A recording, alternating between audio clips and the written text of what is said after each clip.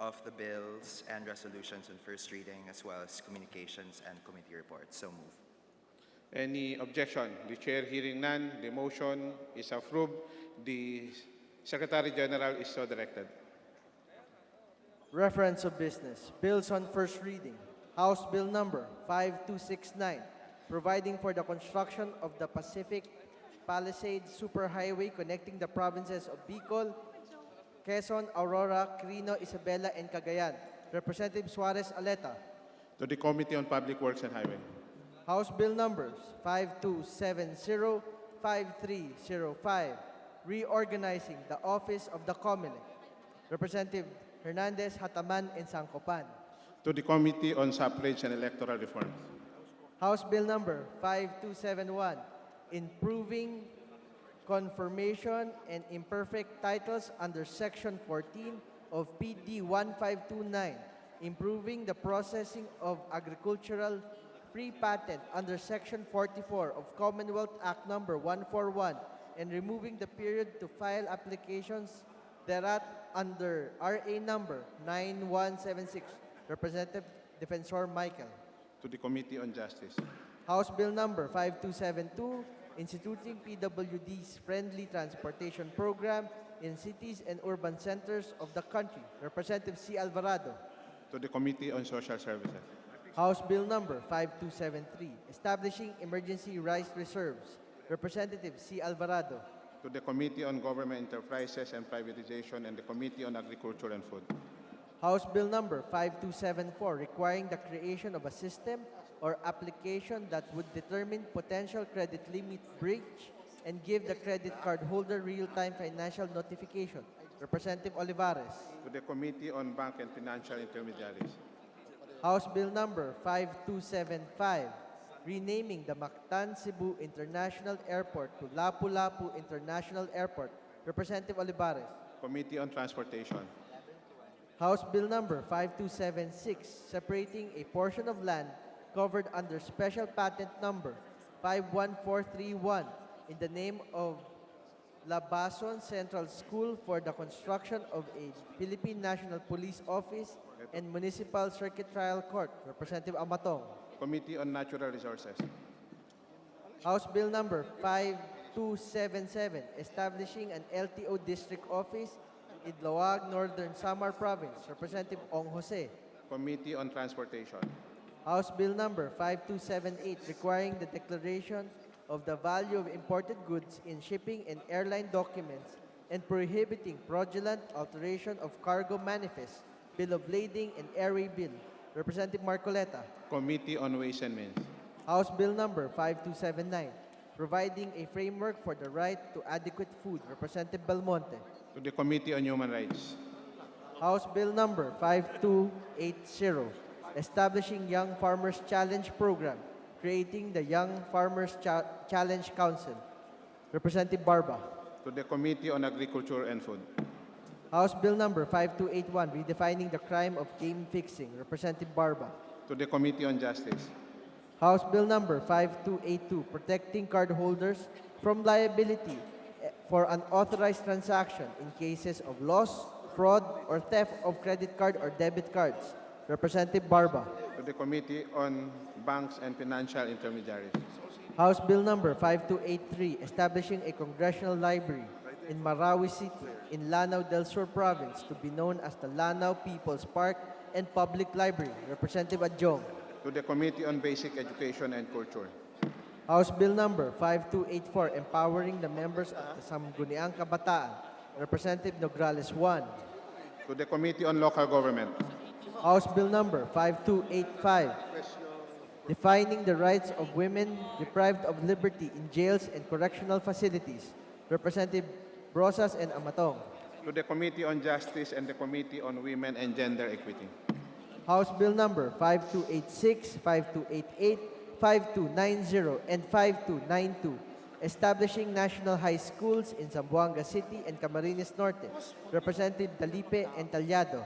To the Committee on Basic Education and Culture. House Bill number 5287, instituting the Magna Carta of Daycare Workers. Representative Dalipe. To the Committee on Welfare of Children. House Bill number 5289, creating the Philippine Seaweed Development Authority. Representative Dalipe. to the Committee on Government Enterprises and Privatization and the Committee on Aquaculture and Fisheries and Resources. House Bill number 5291, establishing a TESDA Training and Assessment Center in Labo, Camarines Norte, to be known as the Labo TESDA Training and Assessment Center. Representative Talyado. To the Committee on Higher and Technical Education. House Bill number 5293 to 5301, converting certain roads in Cotabato Province and Davao del Sur into national roads. Representative Kawagdan. To the Committee on Public Works and Highways. House Bill number 5302, establishing a multi-species marine breeding farm and hatchery in Baybay City, Leyte. Representative Kari. To the Committee on Aquaculture and Fisheries Resources. House Bill number 5303, providing for standards for the practice of rehabilitation medicine. Representative Robes. To the Committee on Civil Service and Professional Regulation. House Bill number 5304, separating TISA National High School from Don Sergio Osmeña Sr. Memorial National High School, converting it into an independent national high school. Representative Abellanosa. To the Committee on Basic Education and Culture. Resolutions. House Resolution 495, condemning the threat, harassment, intimidation against Oliver Lozano, a public school teacher and president of the Alliance of Concerned Teachers, Region 5 Union, and the union busting against the said union, and urging the Committee on Basic Education and Culture and the Committee on Human Rights to conduct an immediate inquiry into the same. Representative Castro Franz, Zarate, Gaite, Colyamat, Brosas, and Ilago. Committee on Rules. House Resolution 496, directing the Committee on Health to conduct an investigation into the alleged failure of the PhilHealth to reimburse accredited hospitals for their expenses in attending to the medical problems of PhilHealth members. Representative Castelo. Committee on Rules. House Resolution 497, directing the appropriate committees of the House to conduct an investigation on the proliferation of prostitution dens, catering exclusively to the Philippine gaming offshore operator workers, with the end view of proposing remedial measures to curb the presence of illegal immigrants in our country. Representative Castelo. Committee on Rules. House Resolution 498, congratulating Carlos Yulo for bagging the gold medal in the men's floor exercises of the 49th FIG Artistic Gymnastic World Championship. Representative Castelo. Committee on Youth and Sports Development. House Resolution 499, urging the Committee on Good Government and Public Accountability to conduct an investigation on the alleged daily meal allowance of prisoners. Representative Castelo. Committee on Rules. House Resolution 500, directing the appropriate House committee to solicit the positions of the provincial and city peace and order councils in Mindanao to determine whether they are in favor or not in favor of extending martial law beyond 2019 in their respective province or city. Representative Dimaporo Khalid. Committee on Rules. House Resolution 501, urging the appropriate committee of the House to conduct an investigation regarding Manila Water's 780% hike, warning in the event that the Supreme Court does not reverse its decision to penalize the company for its failure to comply with the Clean Water Act. Representative Castelo. Committee on Rules. House Resolution 502, extending congratulations to the Honorable Justice Diosdado Peralta as the new Chief Justice of the Philippines. Representative Nieto, Abante, Lopez, Reyes, and Valeriano. Committee on Rules. House Resolution 503, expressing profound condolences on the demise of Congressman Rodolfo Albano Jr. Representative Nieto, Abante, Lopez, Reyes, and Valeriano. Committee on Rules. House Resolution 504, urging the DA, the Philippine Coconut Authority, the DBM, and other agencies of the Executive Department to authorize and implement emergency measures and safety nets to ameliorate the economic shock of Philippine coconut farmers in light of the enormous reduction of copra prices. Representative Enverga. To the Committee on Agriculture and Food. House Resolution 505, directing the Committee on Youth and Sports Development or the appropriate committee to investigate the necessary support to our national athletes, and review the existing laws relevant thereto. Representative Berzaga. To the Committee on Rules. House Resolution 506 urging the Committee on Agriculture and Food of the House to conduct an investigation on the possible imposition of stricter import requirements and guidelines and other enforceable measures on fresh, frozen, processed pork products and byproducts to contain the African swine fever virus in the country. Representative Kabatbat. To the Committee on Rules.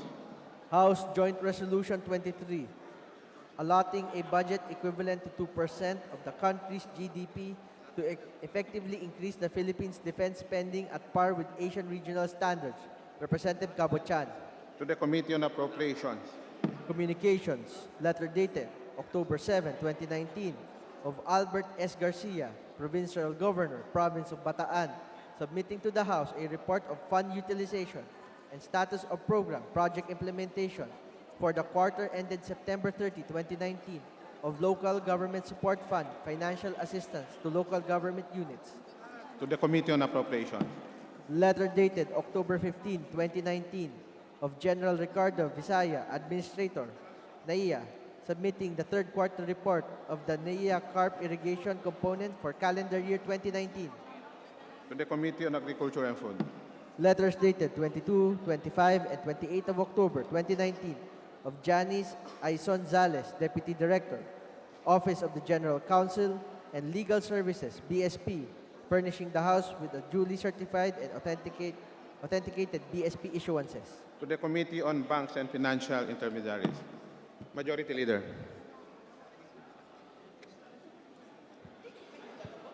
Mr. Speaker, we'd like to greet the guests of the Honorable Claudine Diana D. Bautista.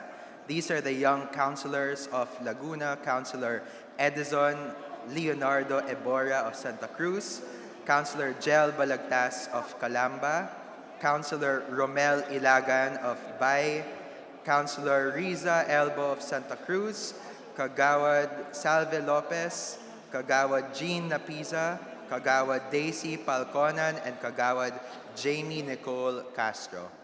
Please rise. Welcome to the House of Representatives.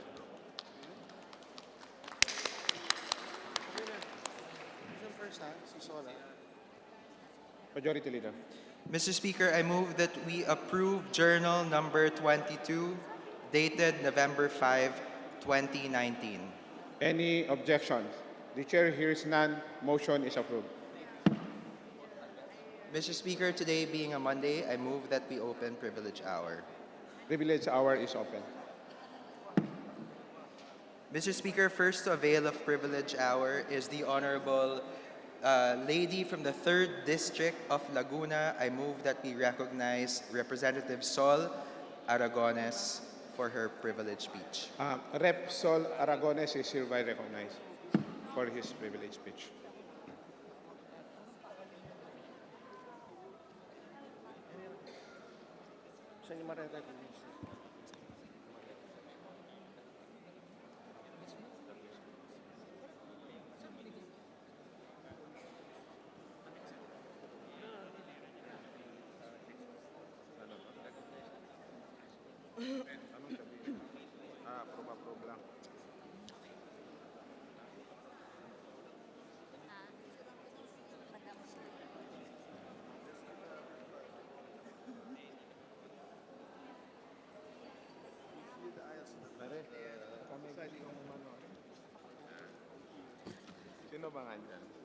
Mr. Speaker, for somebody on her 3rd term like me, it was a great time not only for relaxation, but more importantly, for reflection.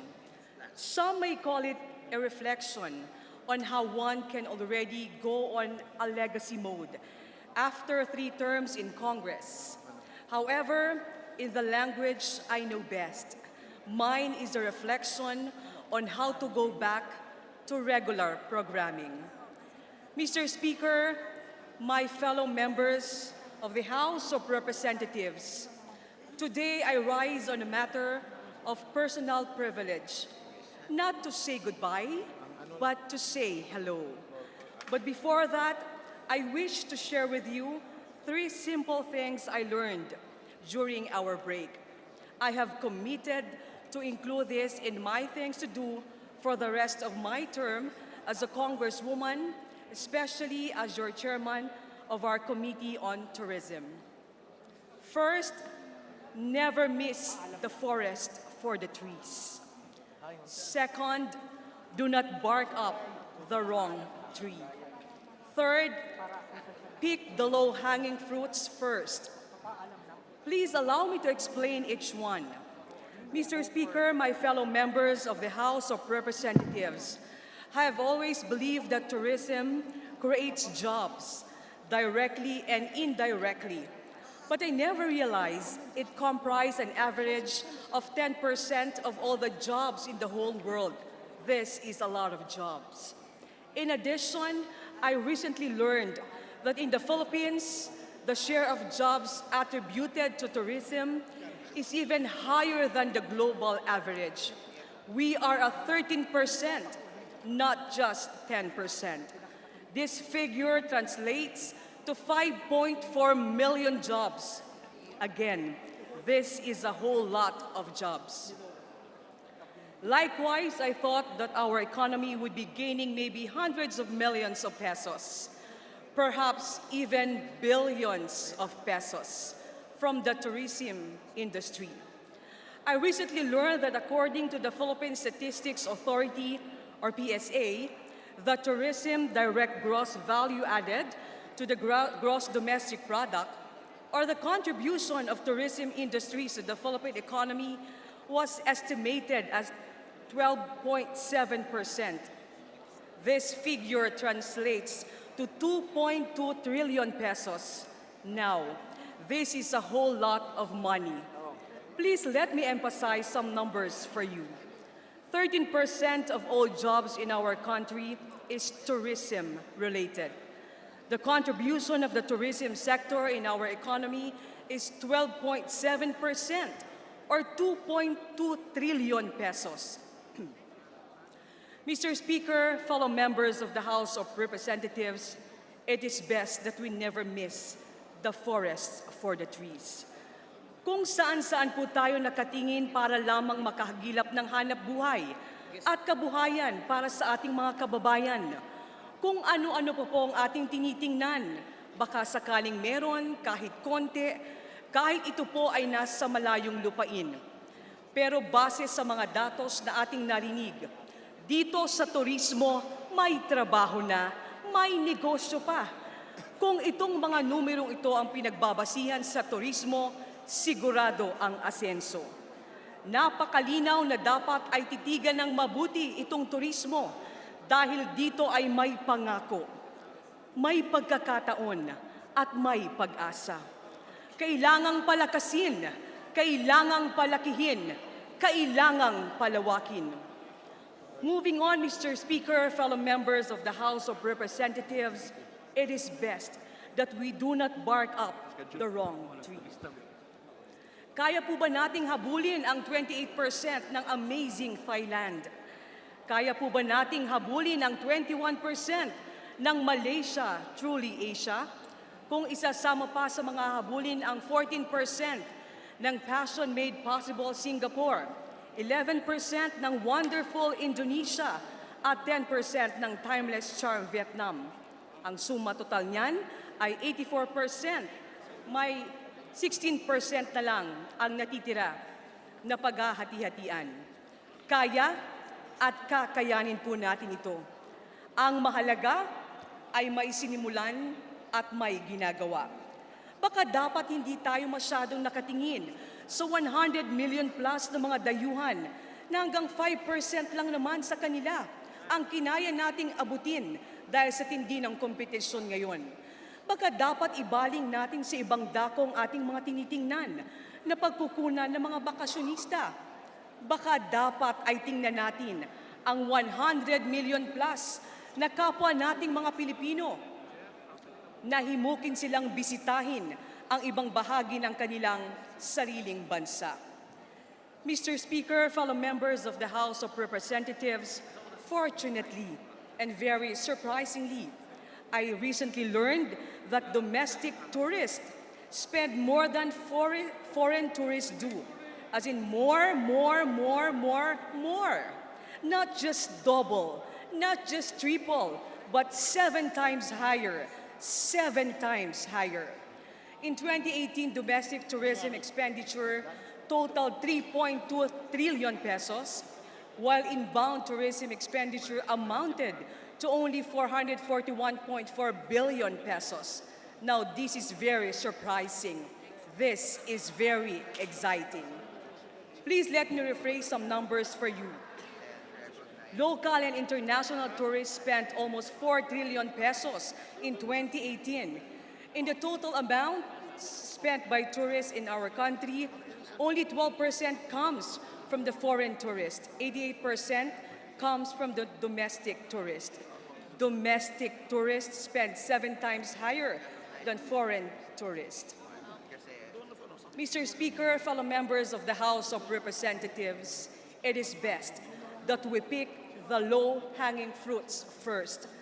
Ang solusyon sa ating problema ay wala sa ibang bansa o sa dayuhang banyaga. Para magkaroon ng hanap buhay at para lumago ang kabuhayan, kailangan natin ang ating mga sarili. Ating ito, tayo mismo, nasa Pilipino, ang kailangan ng Pilipinas. Huwag tayong tumingin sa kung saan pa. Titigan lang natin ang ganda ng ating mga tanawin, ang sarap ng ating mga pagkain, ang yaman ng ating kultura, ang kulit ng ating mga kwento, at ang init ng pagmamahal ng mga pusong Pilipino. Ayos na tayo sa kapwa natin Pilipino. Maganda na ang bawat isa sa atin, lalo na tayo mga kongresista, ay maging tour guide sa ating mga kanya-kanyang distrito. Paano po natin gagawin ito? Sa tulong na rin po ng ideya ni Speaker Alan Peter Cayetano at mungkahin niyo sa akin, pinagsama-sama po natin ito at nakabuo po tayo ng isang konsepto.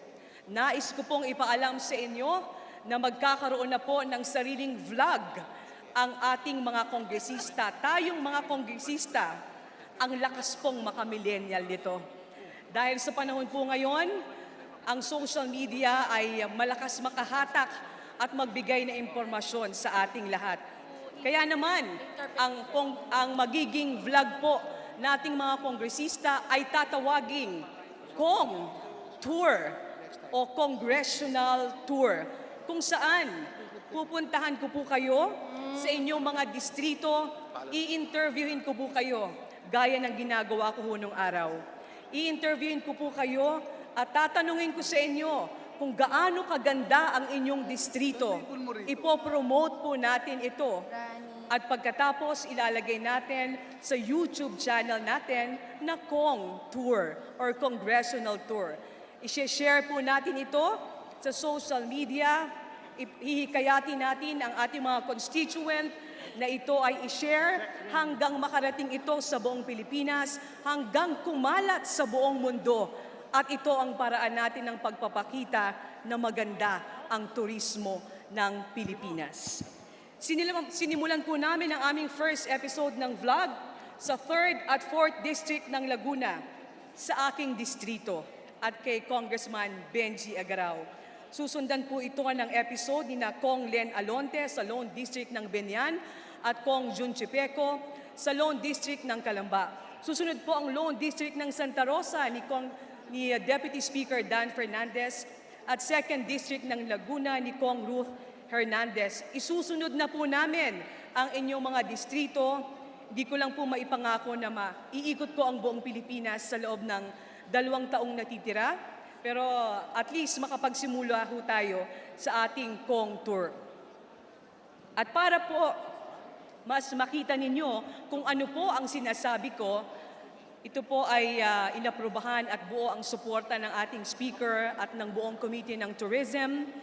Ipapakita po namin sa inyo ang sample ng vlog ng Kong Tour. Panoorin po natin ito. Let's watch this.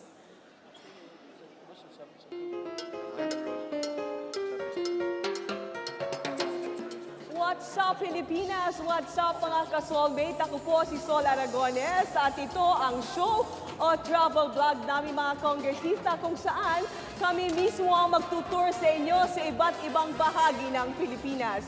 At ito ang Kong Tour.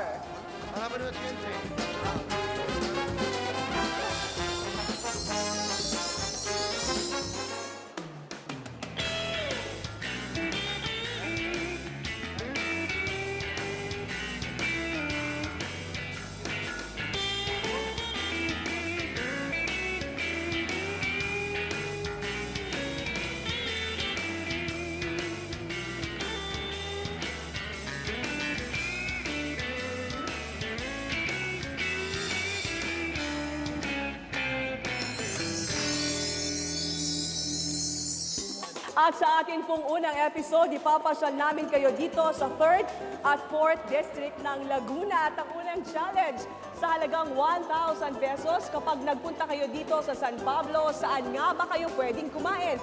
At ang pangalawang challenge sa halagang 1,000 pesos pa din, saan naman kayo pwedeng bumili ng pampasalubong dito sa aming distrito? Ang tanong ngayon, G na ba kayo?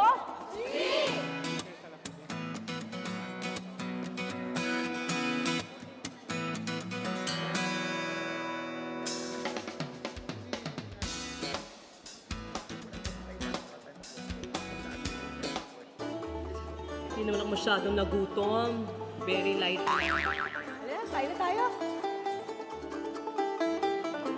Sarap. Matapos po tayo mabusog sa Forest Wood Garden, pupunta naman tayo ngayon dyan sa Johnny and Susan Agro Farm. Iba naman ang peg nila.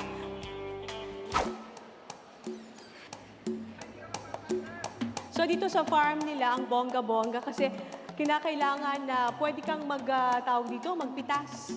Yung pinitas mo, pwede mong bayaran itong mga gulay, pwede mong iuwi at uluto sa inyo. O kaya naman, yung mga pinitas mo, pwede mong pagsama-samahin at ipaluto mo dito. Di ba, bongga? Hindi naman ako masyadong mahilig mag-picture. Thanks ko. Magmerienda naman tayo sa 4th District ng Laguna. Nako, samahan niyo ho akong tikman dito sa pagsanghan ang napakasarap na halo-halo ni Aling Taleng. Tara na!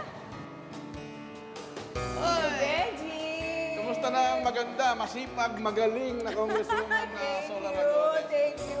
Ano pa yung mga kakanin dito na importante at dinadayo rin dito? Bawat bayan kami, meron kaming may pagmamalaki na mga kakanin. Sa Santa Cruz, Quezon Puti, Okay, sa Lumban, yung walang kamatayang boto namin na alsa. Sa Siniluan, nandyan yung Kalamay, yung Bombay, San Luciana. Napakasarap dahil talagang sabi nga, masarap na ulam, masarap na pulutan. Ayun. Ang next stop naman po natin, pupunta naman tayo dyan sa Lumban para tingnan at medyo type ko rin na isukat ang mga barong at Filipiniana dyan sa Lumban.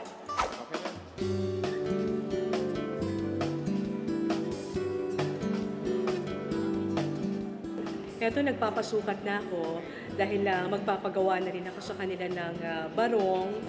Kasi, imagine niyo to, ganda nito, modern Filipiniana ang peg nito. Pang mabigatan na itong peg na ito. So, papagawa po ako nito, ha? Pwede mo bang 2 gives? Joke lang po. Tapos na po ang ating buong araw na pamamasyal sa 3rd at 4th District ng Laguna. Ang dami nating mga tourist destinations na napuntahan at napakarami ring mga pagkaing natikman. Ang tanong ninyo, so lang lagay ba? Ganyan na lang yan. Nako, hindi po. Meron ho tayong palaro at papremyo sa ating episode na ito. Sa unang 20 na magko-comment sa ating episode na ito ay makakatanggap po kayo ng mahiwagang tsinelas at sandals mula sa Liliw, Laguna. Wala bang palakpakan dyan. Ayan. At yan po ay free na ipapadala namin sa inyong mga tahanan dyan. At abangan ang aming susunod na episode. Dyan naman po tayo mamamasyal sa Binyan at sa Kalamban. Ako, exciting ho yan. Abangan po natin, ha. At syempre po, huwag kalimutang mag-subscribe at mag-like sa aming YouTube channel na makikita ninyo sa inyong mga screen. Ako po ang inyong ka-soulmate, Sol Aragones, at ito ang Contour. Ito talaga yung kakambal ng nandun sa Malacanang. Yes. Only here, Yes. ganyan. Parang pinapatakam ka dun sa dun sa nag-iisang pasa sa loob. Pero bago matikman yun, masarap na rin naman. Ito na po ang tatawagin natin na Okoy Alasol and June.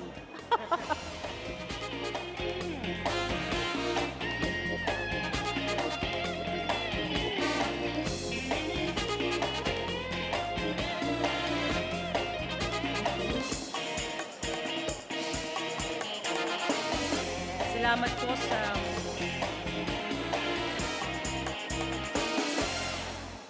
Salamat po sa inyong panonood. Abangan niyo po ang pagkatok ng Kong Tour sa inyong mga distrito para kayo ay makapanayam ko at ikwento niyo po sa amin ang magandang turismo at masasarap na pagkain sa inyong mga lugar. I-feature po natin yan sa Kong Tour. Pero sabi nga po sa Showtime, dapat may sample-sample. Kaya pwede po ba nating ipakita ang ating pagsuporta sa vlog na ito? Pwede po ba nating hawakan ang ating mga cellphone? Pumunta po tayo sa YouTube. Sa YouTube, i-search po natin ang Kong Tour, Kongtour. At pagkatapos tayo po ay mag-subscribe, mag-like, at mag-share. Sa pamagitan po niyan ay natulungan na natin ang pag-promote ng turismo ng bawat distrito sa bawat bansa, sa bawat probinsya ng ating bansa. Maraming salamat po. Mabuhay po ang turismo, mabuhay ang Kongreso, mabuhay ang Kong Tour. Magandang hapon po sa inyong lahat. Majority Leader. Mr. Speaker, I move that we refer the privileged speech of the Honorable Aragones to the Committee on Rules for its appropriate action. So move. Is there any objection? I hear none, then the motion is approved. Mr. Speaker, I move that we suspend privilege hour. Is there an objection? I hear none, then the motion is approved. Mr. Speaker, I move that we call the roll of members. The Secretary General hereby directed to call the roll. Roll call of members. Honorable Representatives.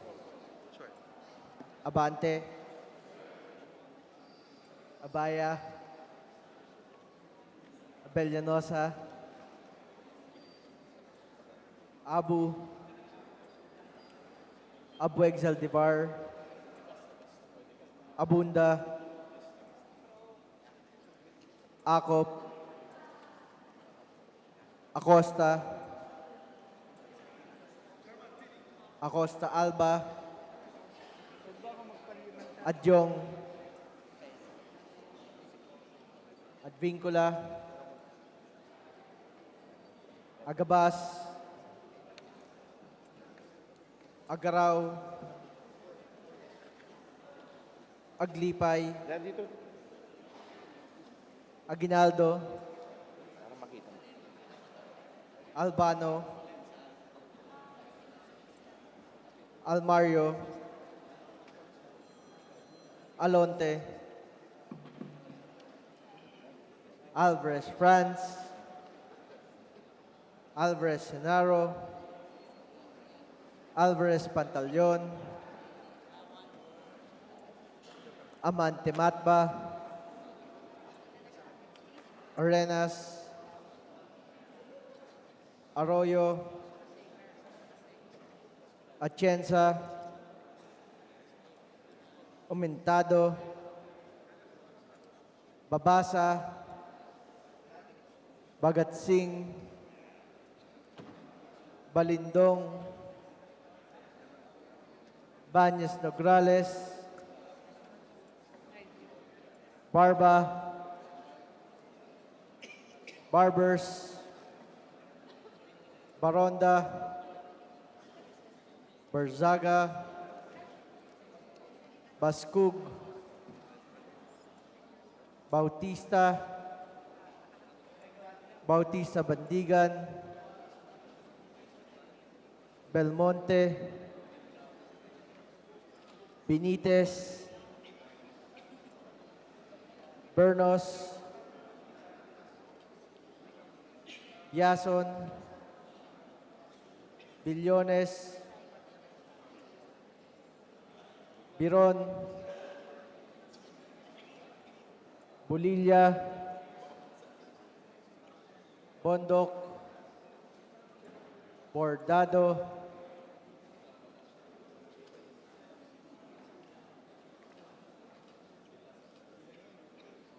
Bravo,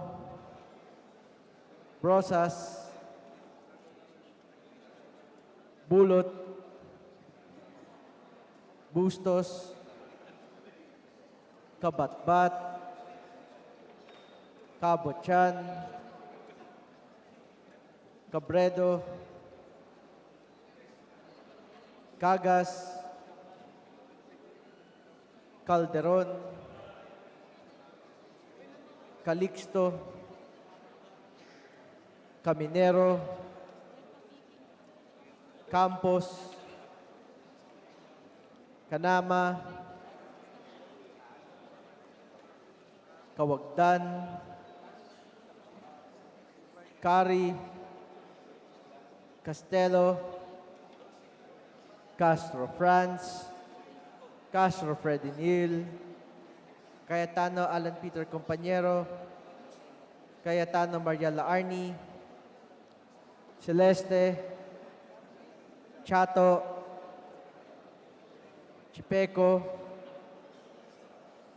Chungalaw, Ko Angelica, Ko Elizalde, Ko Wangko, Colyantes, Crisologo, Kua, Quaresma, Cueva, Kulyamat, Dagook, Dalipe, Dalog, Daza, De Jesus, De Venecia, Defensor Lawrence, Defensor Michael, Del Mar, De Los Santos, De Los Montalia, Demaporo Abdullah, Demaporo Muhammad Khalid, Duavit, Duhali, Duterte, D. Faustino Ino, D. Faustino Michael III, D. Ian Paul, Ebcas, Ecleo, Elago, Enverga, Erice, Ergel, Ermita Buhain, Escudero, Espina, Espino, Estrella, Pariñas Ria, Pariñas Rudy Caesar, Fernandez, Fernando, Prayer Juliet, Prayer Luis, Flores, Pong Juan, Fortune, Fortuno, Frasco, Puente Bella, Gaite, Garbin, Garcia Jose Enrique, Garcia Pablo Jan, Garcia Vincent, Garin Janet, Garin Sharon, Gasataya, Gatchalian, Gato, Heron, Go Ed, Go Mark,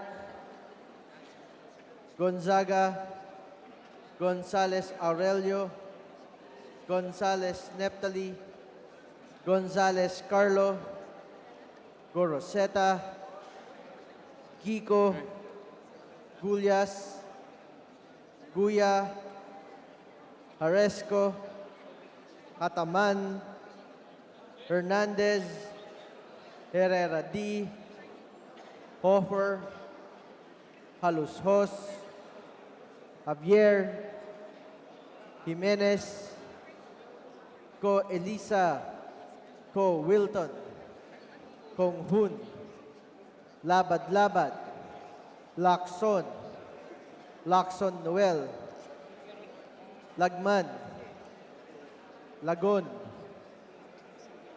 Lara, Lazatin, Liachon, Legarda, Lim Kai Chong, Lopez Manuel, Loyola, Lusotan, Macapagal Arroyo, Maceda, Madrona, Malapitan, Mangawang, Magundadato, Marcoleta, Mariano Hernandez, Marino, Marquez, Martinez, Matba, Matugas, Mendoza, Momo, Natividad Naganyo, Nava, Nieto, Noel, Nograles, Jericho, Nograles, Juan Fidel,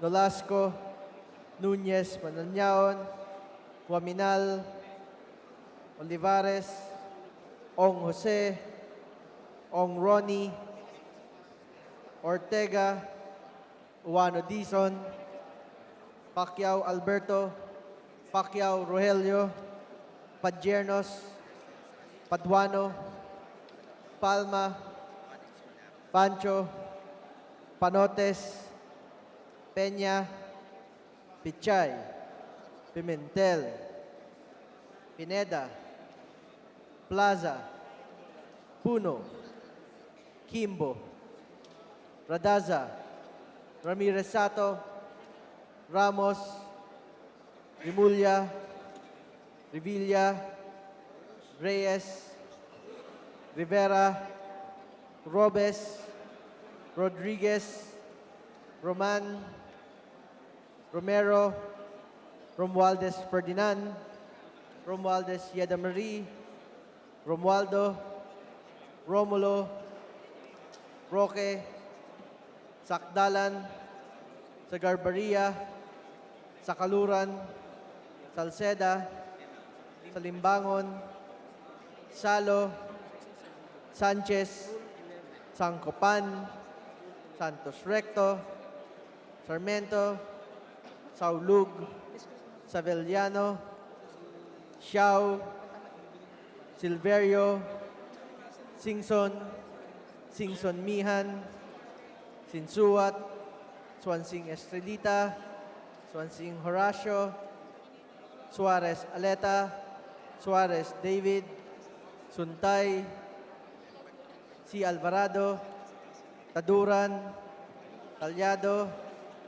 Tambunting, Tan Alisa, Tan Angelina, Tan Shamir, Tan Shari, Tan Tambut, Tejada, Teves Arnulfo, Teves Jose, Tiangco, Tolentino, Torres Gomez, Tulfo, Tupas, Tutor, T. Umali Alfonso, Umali Maria Victoria, Unabia, Ungab, Uy Juliet, Uy Rolando, Valeriano, Valmayor, Vargas, Vargas Alfonso, Velasco, Veloso, Vergara, Villa, Villafuerte, Villanueva Brother Eddie, Villanueva Noel, Villar, Villarasa Suarez, Villarica, Yolago, Yap Eric, Yap Victor, Yu, Zamora Ronaldo, Zamora Waikorat, Zarate, Zubiri.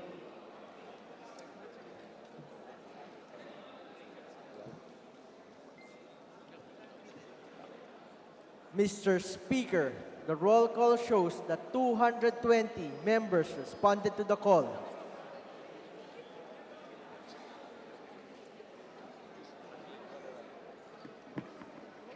220 responded to the call. The chair declares a quorum.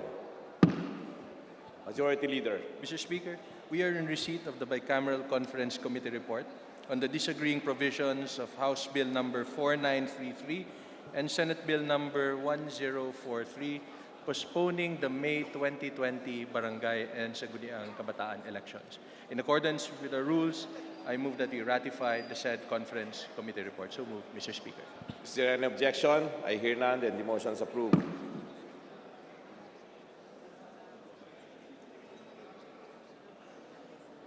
Majority Leader.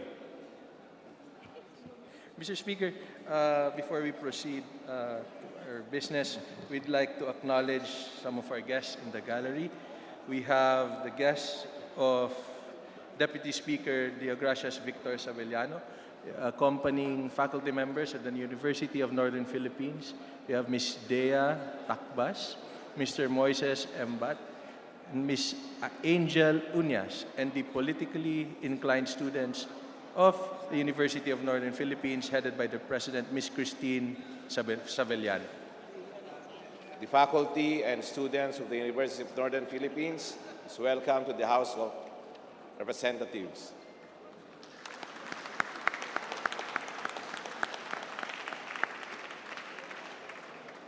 Mr. Speaker, we also have the guest of Representative Sherlyn Banyas Nograles, Councilor Shandy Lido Pestaño, and employees of the City Government of General Santos.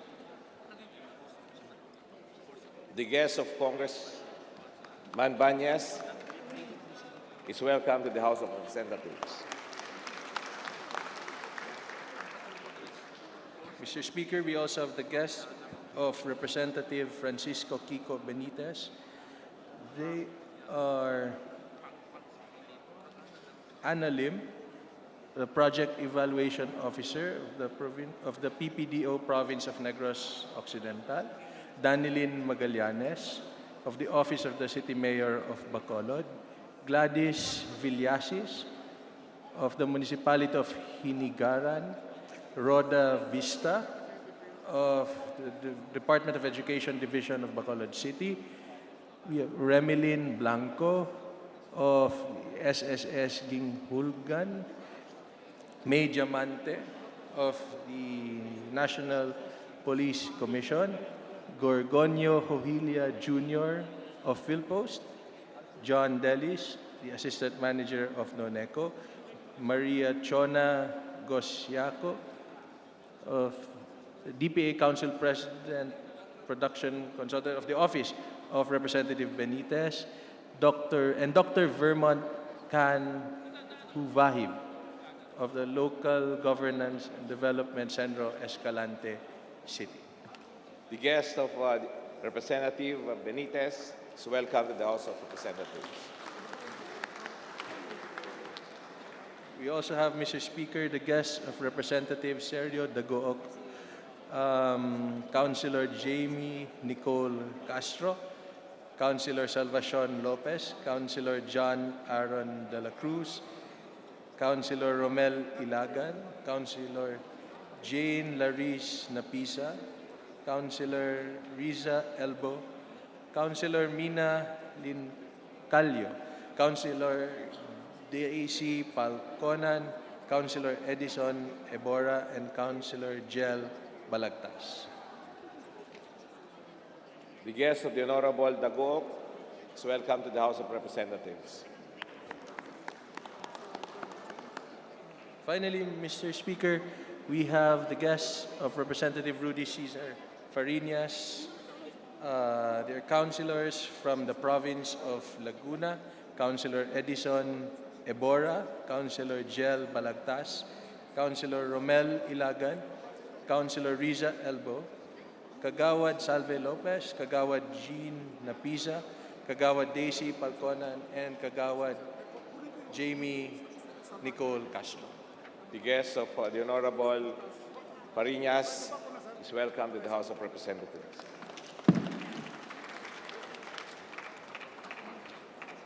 Majority Leader. Mr. Speaker, I move that we resume the privilege hour. Is there any objection? I hear none, then the motion is approved.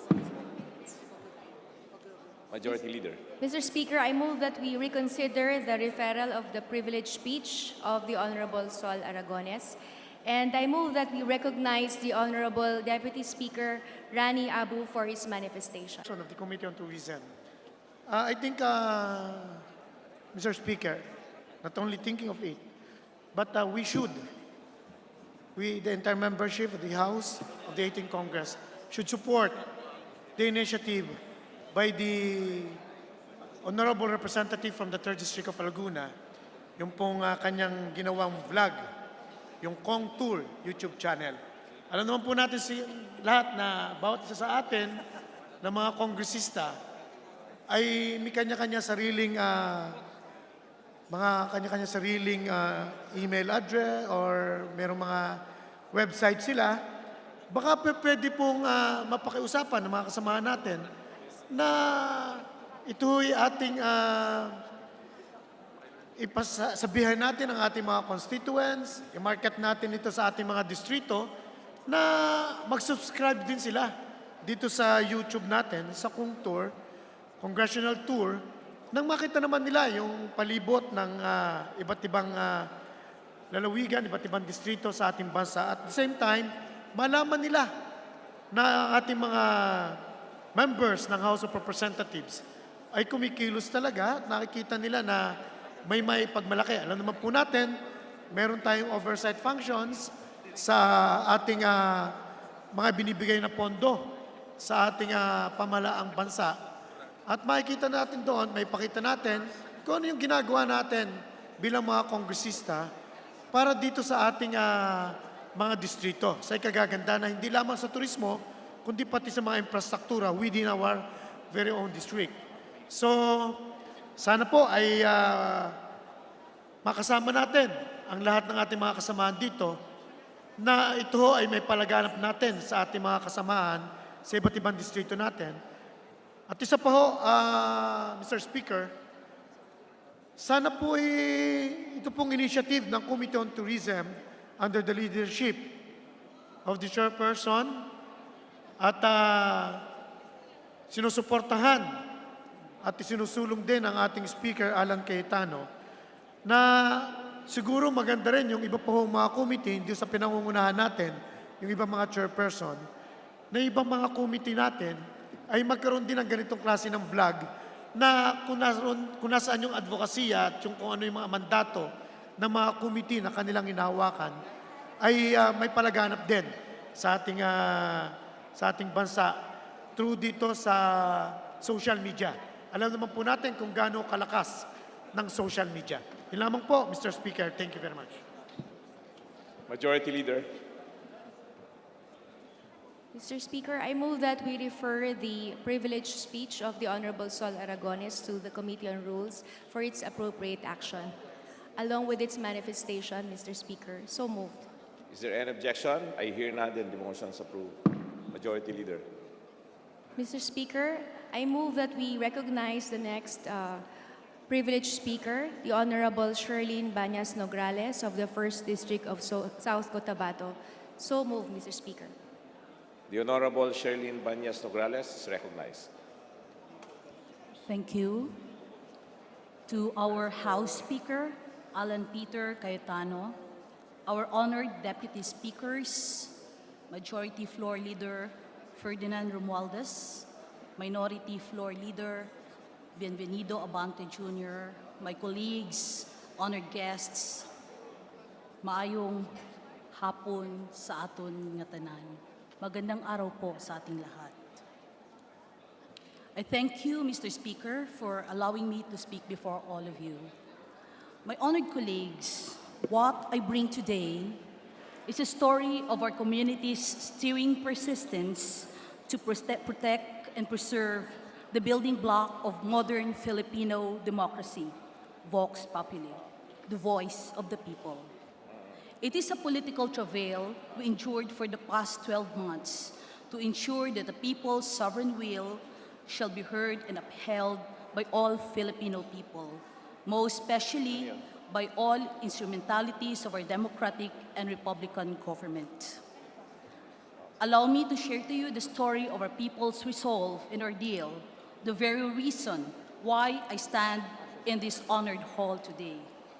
Today marks my 4th session, my 8th day as the member of the House. And of course, I'd like to thank you for the warm welcome that you have given me. I now assume the post as the representative of the 1st District of South Cotabato, still comprised of General Santos City, municipalities of Pulumulok, Tupi, and Tampakan. The people of the 1st District of South Cotabato has for many years sought to create new legislative districts to address the development demands and demographics of the current times. It was the fact that 10 years prior to the new millennium, in 1990, Jensen has long obtained the 250,000 population requirement of the Constitution. It is thus fact that such legislation for the creation of a lone congressional district of Jensen was long overdue. Finally, a proposed legislation was submitted by my predecessor on May 4, 2017, during his final term as congressman, House Bill 5162, titled An Act Separating General Santos City from the 1st Legislative District of the Province of South Cotabato to constitute the lone legislative district of the City of General Santos. A Senate version for the separation was also submitted by Senator Manny Pacquiao, Senate Bill 1487, similarly titled. But in the final version of the law became one of reapportionment, which created the 3rd District of General Santos City of the Province of South Cotabato. Republic Act 11-243 was then signed by the President Rodrigo Roa Duterte on March 11, 2019. This law then took effect on April 4, 2019, while the 2000 election period was already ongoing. Finally, this was what we have all been waiting for. Finally, a law long desired by the people of Jensen, Pulumulok, Tupi, and Tampakan. Finally, a law that gives us a new chance in the 2022 national and local election to choose individuals we can trust can best represent our ideals and aspirations in Congress. Finally, a chance for the people of Jensen and for the 3 municipalities to choose among their populace who they wish to represent them in Congress, respectively. But then, the Commission on Election issued COMELEC Resolution 10524. On April 11, 2019, COMELEC issued the IRR of the new law and suspended the elections for the 1st District of South Cotabato. COMELEC then called that all votes casted for all candidates of the ongoing election for the representative of the 1st District shall be considered stray. The IRR became effective on April 22, 22 days before the May 13, 2019 election. This resolution has caused massive confusion to the voting populace of the 1st District, most especially to the 4 candidates for the position of district representative, yours truly included. A legal question remained unanswered and hovers in the mind of the electorate. Was the suspension of the election right? This magnifies the importance of a single provision of the said law, the bone of the contention. Section 1 of Republic Act 11-243 states that the 1st Legislative District of the Province of South Cotabato is hereby reapportioned in order to create the lone Legislative District of General Santos City to commence in the next national and local elections after the effectivity of this act. Everyone concurs that this provision of law separates Jensen from 3 other municipalities. However, where everyone seems to disagree upon is the question of when. When will the separation take place? When will the new district and the first district legally exist? When will the election for a new representatives be? COMELEC reasoned why the election for the first district of South Cotabato must be suspended. COMELEC stated in its resolution that since the 2000 elections are already ongoing, the present configuration can no longer be revised or modified in time for May 13, 2019 national and local elections without jeopardizing the preparation for the elections of other positions due to operational and logistical constraints. In Section 3B of the COMELEC resolution, the Commission then reset the election for the new representative of the districts within 6 months from May 13, 2019 elections.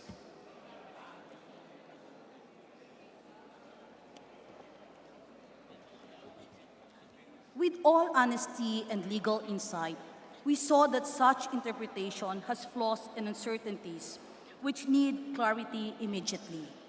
However, appealing to the Commission will likely be unreasonable with only a few days left before May 13 election. So, we had no option but to seek the infallible wisdom of the Supreme Court and contest the contention of COMELEC in the petition Banyas Nograles et al. Versus COMELEC. Accompanied by respected local leaders from the 4 localities of the 1st District of South Cotabato, we filed the petition for certiorari with urgent prayer for the issuance of a status quo ante order before the Supreme Court to proceed with the election of the congressional seat of the 1st Legislative District of South Cotabato, including General Santos City in the upcoming May 13, 2019 midterm elections. We also sought for the petition to be granted and to declare as null and void the assailed COMELEC Resolution 10524 dated April 11, 2019.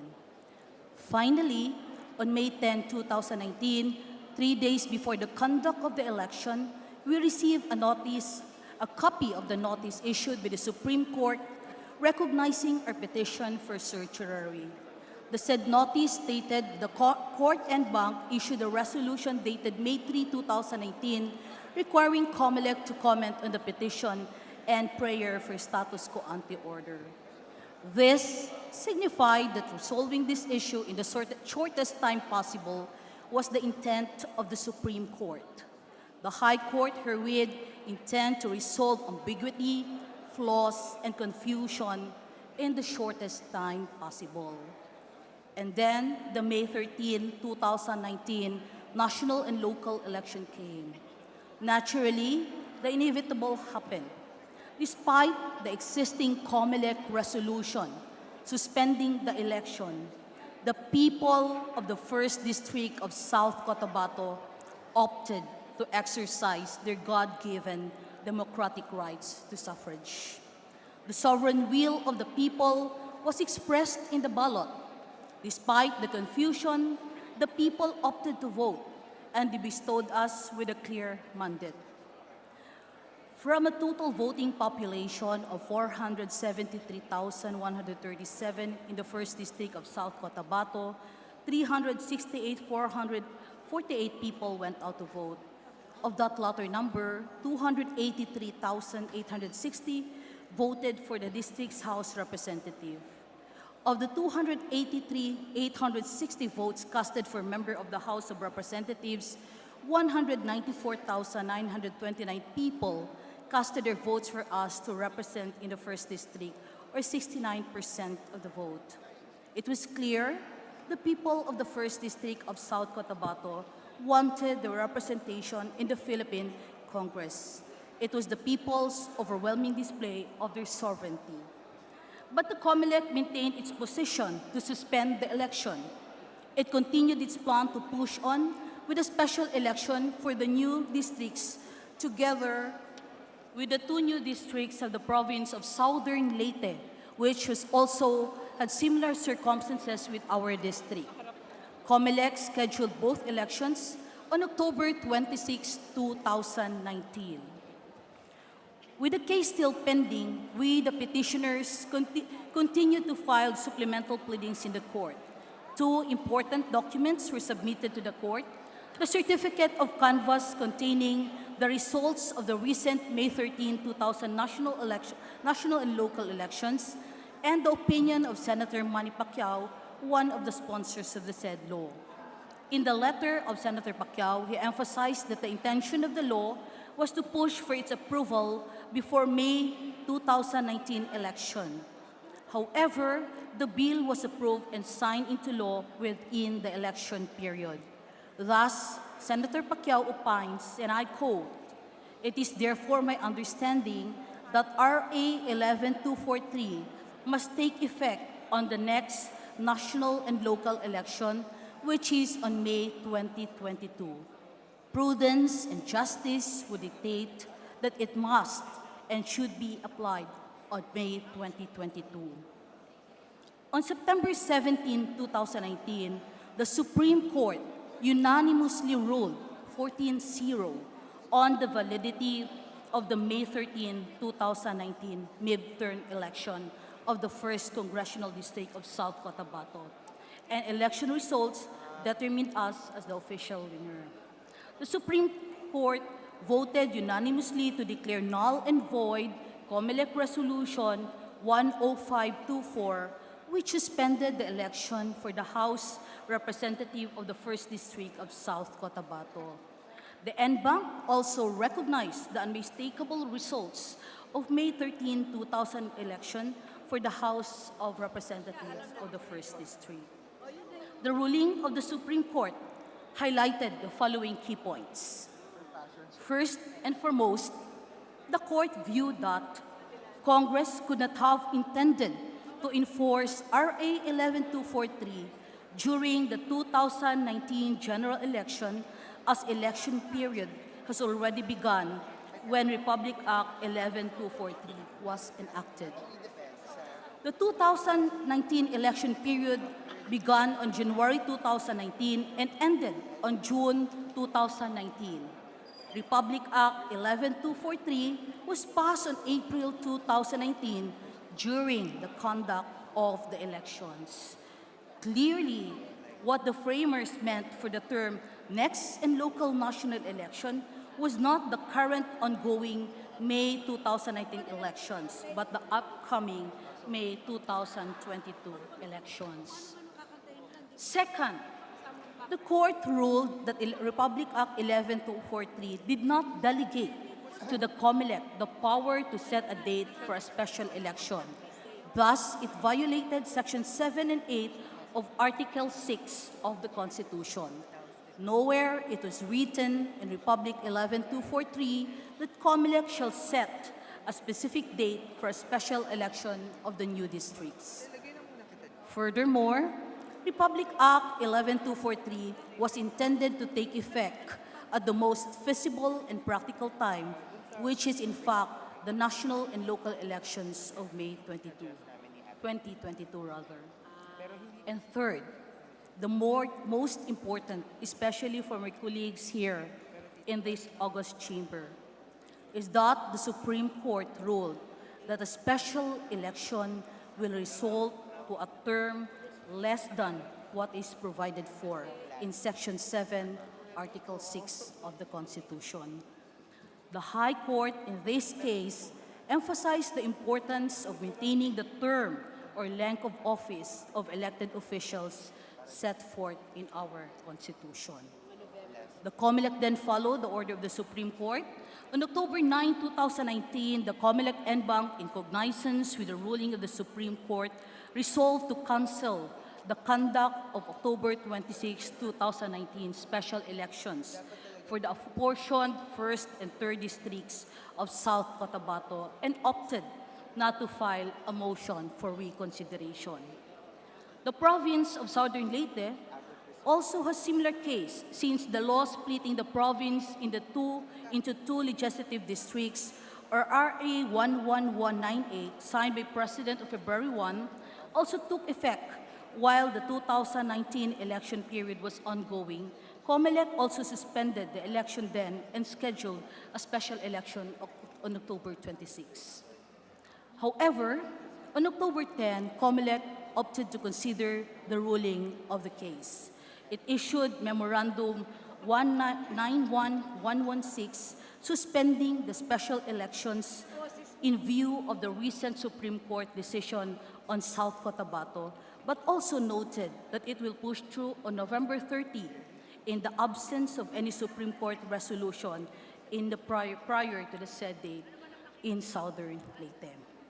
So going back to our case, prior to the lapse of the 15-day reglementary period, before the finality of a judgment, a motion for intervention was filed by a candidate in a supposed special election for the new congressional seat of the 1st District of South Cotabato.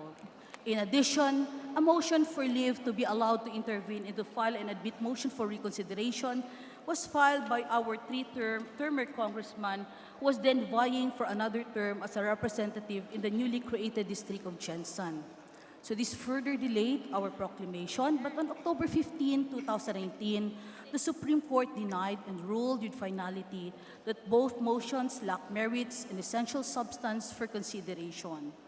Hence, it further ruled that on the same day that the unanimous en banc decision of the case of Bañas-Nograles et al. Versus COMELEC has become final and executory. Honorable members of this chamber, this is the story of our sovereign will of the people in the 1st District of South Cotabato. A story of the voice of the voiceless to comprehend the magnanimity of the authority embedded in the democratic right to choose their leader and representation. I am humbly bringing this story to the annals of Congress with the hope that the unprecedented perseverance of the people of the 1st District of Cotabato to defend, protect, and uphold the sanctity of their sovereign will shall enrich our learning, respect, and responsibility towards uncompromising value of democracy. My esteemed colleagues, it's been my first-time privilege to be given the chance working with you. Yet, I serve only on borrowed chance with fixed terms. The width of my authority completely reliant on public trust, where the strength of my stations of Filipinos in our part of Mindanao. Kind and hardworking people who all pray for a better life for their families and the next generation. Honored members of the chamber, colleagues, and friends, I thank God for this opportunity to work and learn from you for His glory and growth of our country. Maraming salamat po at mabuhay po tayong lahat. Majority Leader.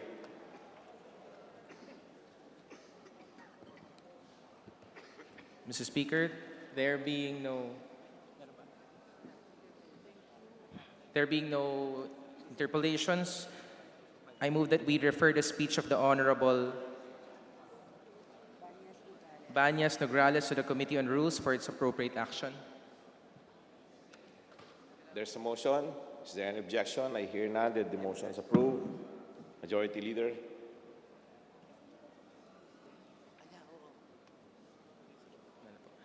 Mr. Speaker, I move that we now recognize the gentleman from Ako Padayon Party List, the Honorable Representative Adriano Ebcas, for his privileged speech. The Honorable Adriano Ebcas is recognized. Mr. Speaker, my dear colleagues here at the House of Representatives, a pleasant afternoon to you all. Firstly, I would like to offer a minute of silence to our brothers and sisters in Mindanao, particularly in Cotabato, Davao, Kidapawan, who suffered great losses following the series of earthquakes that struck them for the past few weeks.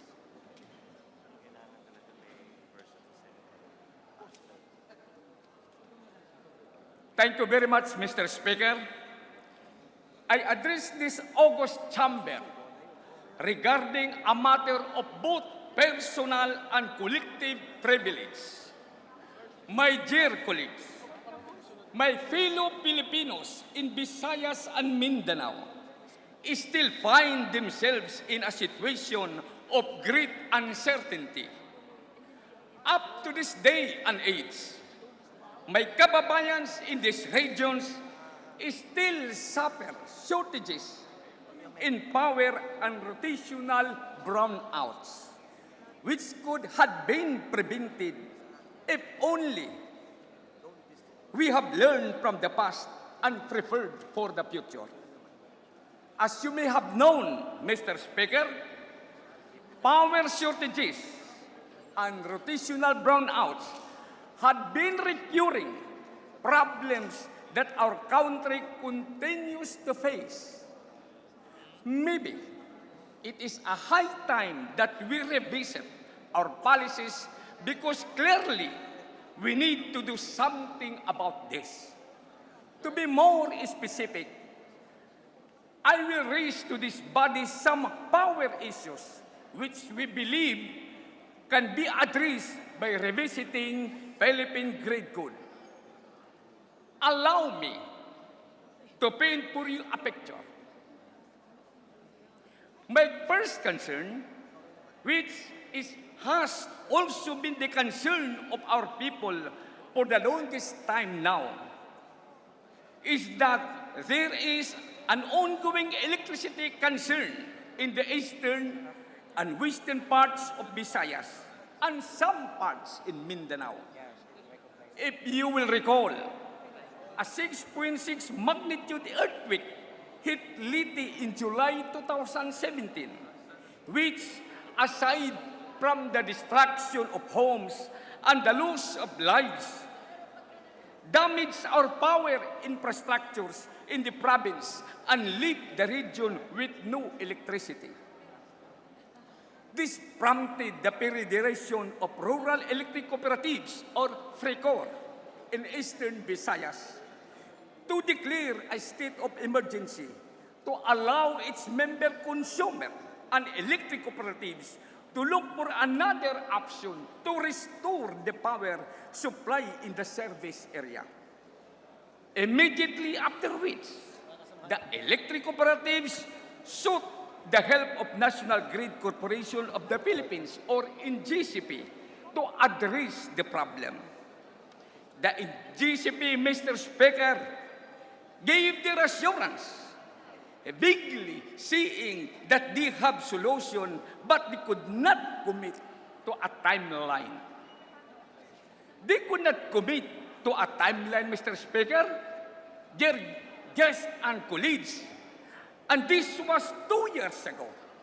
Fast forward to now, 2019, we have yet to see these so-called solutions that NGCP promised our electric cooperatives. In fact, just last Wednesday, 2 widespread power outages in one day were experienced by the residents of Western Visayas.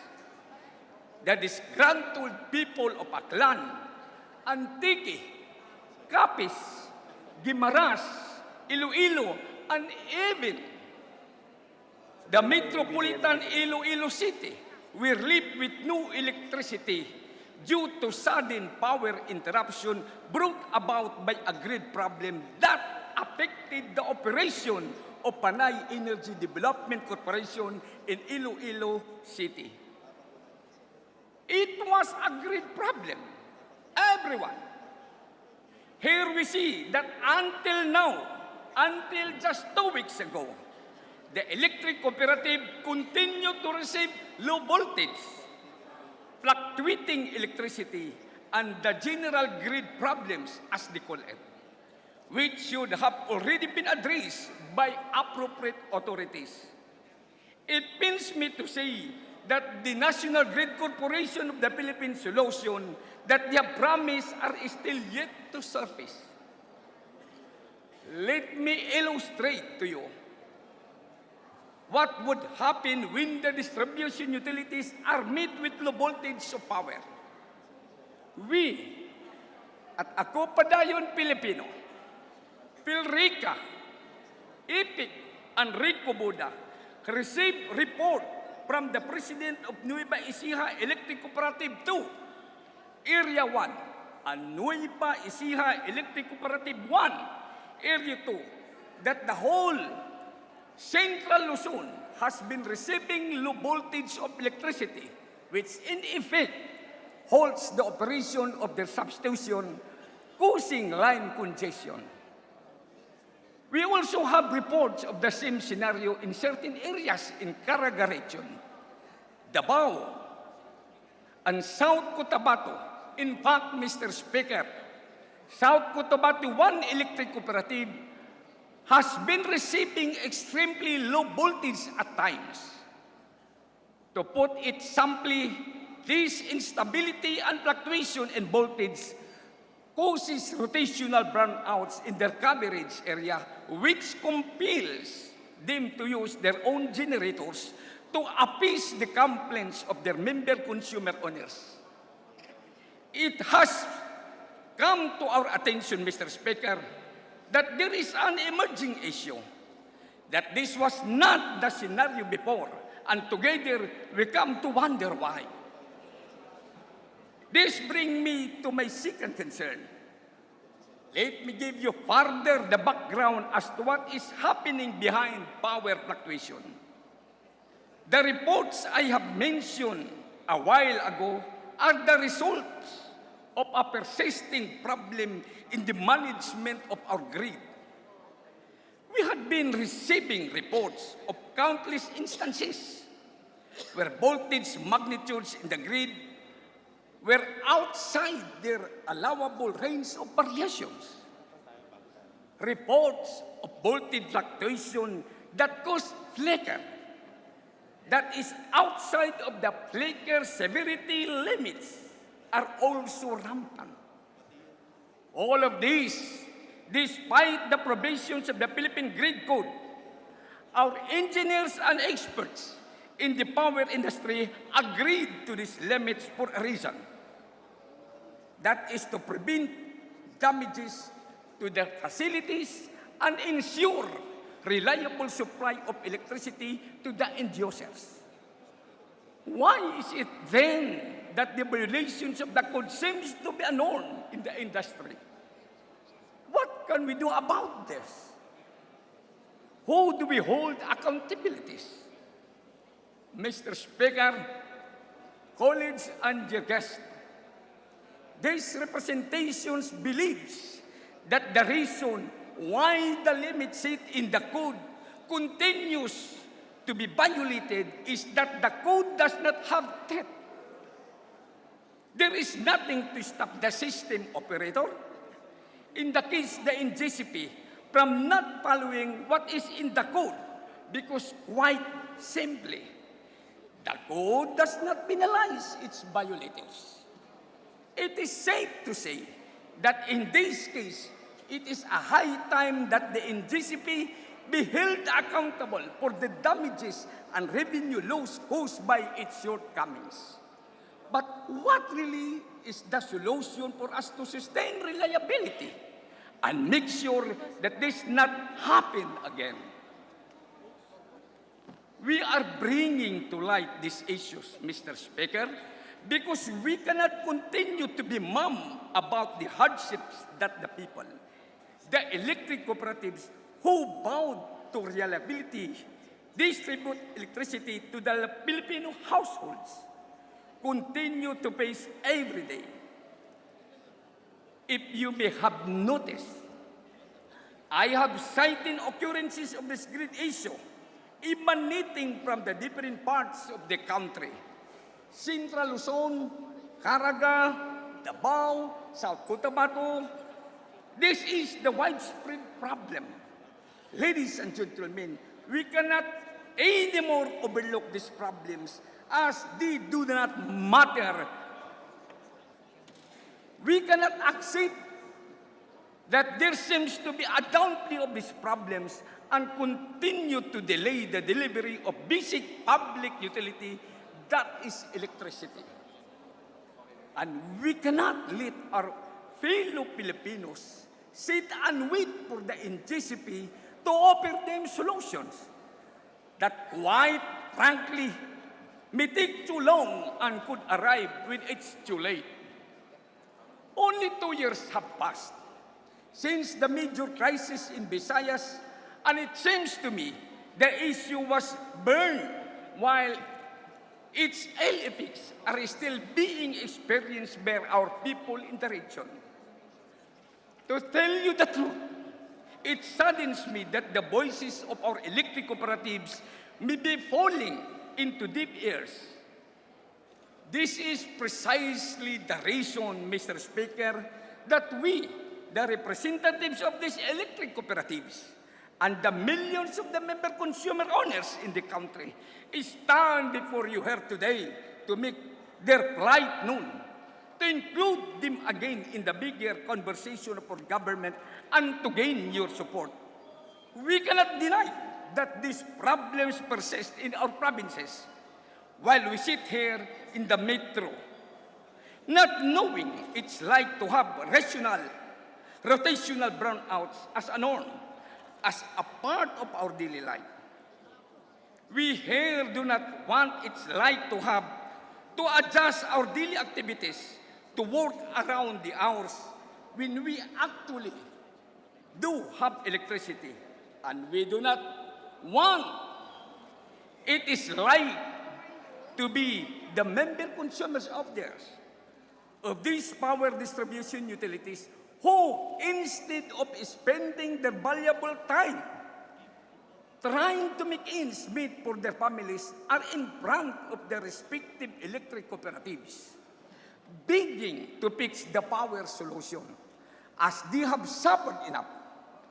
Mahirap po yun, Mr. Speaker, but we know that we can do something about it as their chosen national legislators. This is why I brought one of the reasons, which is incidentally also the most overlooked, behind the problem of rotational brownouts, which I may reiterate are the power fluctuations brought about by the uncontrolled, unmonitored flickers that go above and below the limits set by the grid. Mr. Speaker, my dear colleagues, we, the poor representatives of 121 electric cooperatives of the Philippines, having 13 million member consumers as warrior of lights alike, refuse to sit idly amidst these clear lapses in the implementation of the grid code. We refuse to allow the institution to which we entrusted our successful delivery of the public good of electricity to continue unscathed in their misgivings. We call upon of the NGCP, Transco, and DOE, and all other concerned agencies to look within themselves and their operation and to take proper immediate action. This is us hoping that we do not need to go through a lengthy process of passing a new law or amending the code just to fix this problem. This is us hoping that with your cooperation, we can solve the issues at hand and make service reliance again. We join the President and the House leadership in their quest and efforts to energize all households in the earliest possible time.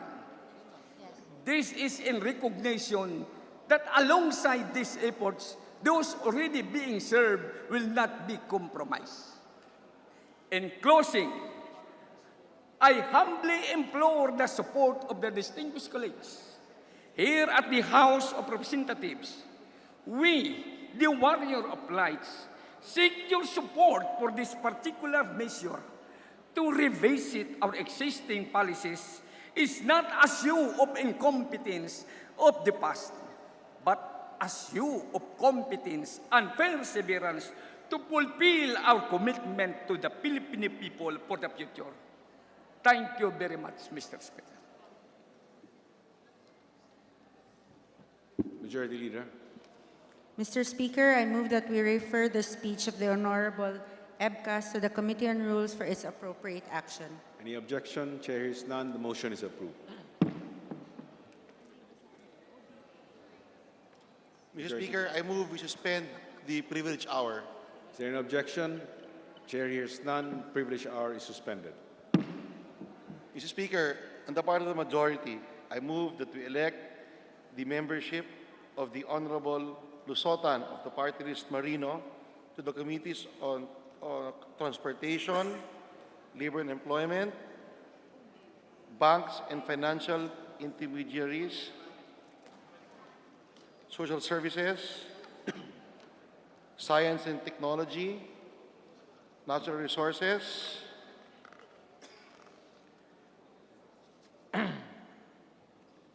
Mr. Speaker, furthermore, I move that we elect on the part of the majority for the position of Vice Chairman the Honorable Lusotan as Vice Chairman on the Committee on Aquaculture and Fisheries.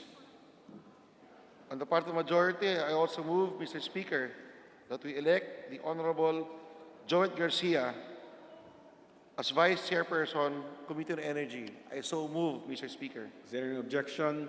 The chair hears none. The motions are approved. Mr. Speaker, additionally, I would like to elect or move the part of the majority, the Honorable Banyas Nograles, the Committee on Mindanao Affairs, and its Vice Chairperson, Committee on Population and Family Relations. I so move, Mr. Speaker. Is there an objection? Chair hears none. The motion is approved. Mr. Speaker, furthermore, in the House, on the part of the majority, I move to elect as Vice Chairperson of the Committee on Public Accounts the Honorable C. Alvarado. Is there an objection? Chair hears none. The motion is approved. I also move on the part of the majority to elect the Honorable Defensor of Party List Ana Kalusugan as Vice Chairperson, Committee on Good Government and Public Accountability. Is there an objection? Chair hears none. The motion is approved. Furthermore, on the part of the majority, I move to elect the Committee on Accounts for membership, the Honorable Sol Aragones, the Honorable Nava, and the Honorable Nieto. Is there an objection? Chair hears none. The motion is approved. To the Committee on National Defense and Security, I move to elect as member the Honorable Celeste. Is there an objection? Chair hears none. The motion is approved. To the Committee on Agrarian Reform, I move to elect on the part of the majority as member the Honorable Geraldine Roman. Any objection? Chair hears none. The motion is approved. The same position, Mr. Speaker, also for the Honorable Geraldine Roman, the Committee on Agriculture and Food. Is there an objection? Chair hears none. The motion is approved. Mr. Speaker, on the Committee on People's Participation, as Vice Chairperson, I move to elect the Honorable Nograles. Is there an objection? Which Nograles, please? Banyas Nograles, Mr. Speaker. Is there an objection? Chair hears none. Motion is approved. For membership of the same committee, which is People's Participation, Mr. Speaker, I move to elect on the part of the majority the Honorable Ria Vergara, Honorable Eric Erigel, Honorable Olga Ko, Honorable Carl Cari, Honorable Labad Labad, and Honorable Yeser Balindong. Is there an objection? Chair hears none. The motion is approved. For the same committee, which is People's Participation, Mr. Speaker, also on the part of the majority, I move to elect as member the Honorable Solomon Chongalao and Honorable Precious Hipolito Castelo. Any objection? The chair hears none. The motion is approved. The same committee, Your Honor, also as member the Honorable Faustino Inodi, the Honorable C. Alvarado, and Honorable Apple Pancho. Is there any objection? Chair hears none. The motion is approved. the same position, to the same committee, Your Honor.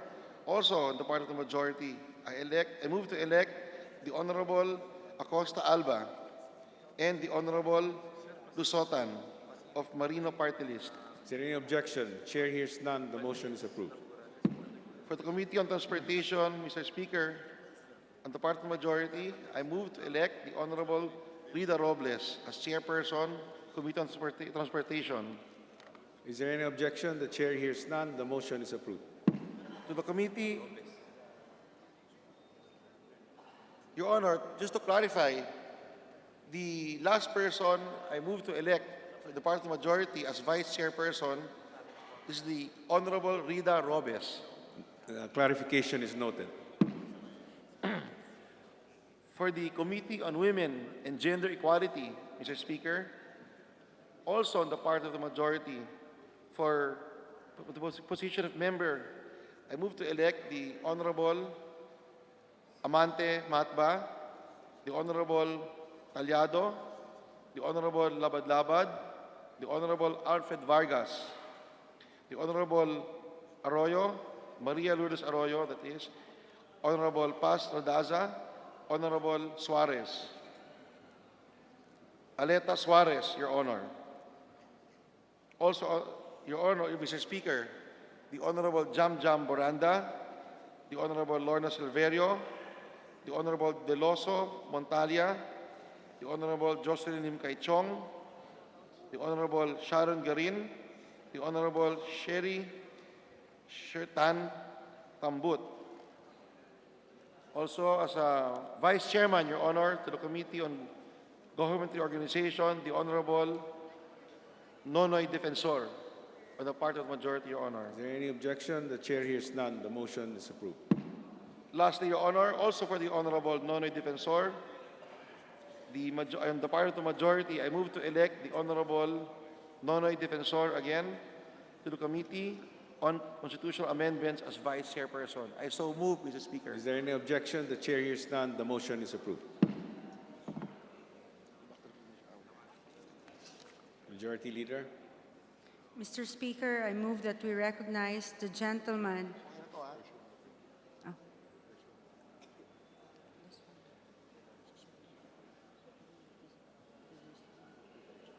Mr. Speaker, I move that we resume the privilege hour. Is there any objection? Chair hears none. Privilege hour is resumed. Mr. Speaker, I move that we recognize the gentleman from Buhay Party List, the Honorable Jose L. Atienzo Jr. for his speech. Mr. Speaker. The Honorable Atienza is recognized. Thank you, Mr. Speaker. Salamat po, Madam Majority Floor Leader. My dear colleagues, I stand today again reminding the nation about a continuing problem and a threat to all of us, Filipinos, that water could disappear from our taps, from our faucets, simply because the water concessionaires are not doing their job. They are shortchanging the nation and the consumers who are dependent on the delivery of their commitments. Sometime in the year 2008, the Department of Environment noticed that the concessionaires have not delivered their wastewater treating facilities. And when we inspected, true enough, wala po silang ginawa upang yung kanilang kontrata ay mabigyan ng bisa. Samantala, kolekta po sila ng kolekta magmula noong 1997 ng tinatawag nating sewage fee. Yun po ang dapat na inilalagay bilang puhunan para mabuo ang ating mga sewage lines that leads to a wastewater treating facility. We find them then at 100, they lost. They elevated it to the Court of Appeals, they lost. They elevated it to the Supreme Court again.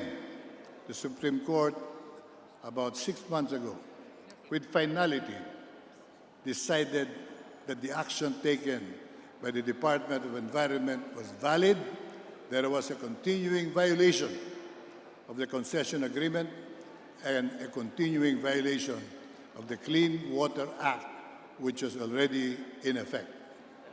Mga minamahal kong mga kasamahan, itong ganitong uri ng negosyo na ang pinipiga ay ang bulsa ng taong bayan, nangangako na magbibigay sila ng ating pangangailangan sa tubig, subalit ayaw gumastos, ang gusto lamang ay kumolekta ng pera sa ating mga mamamayan.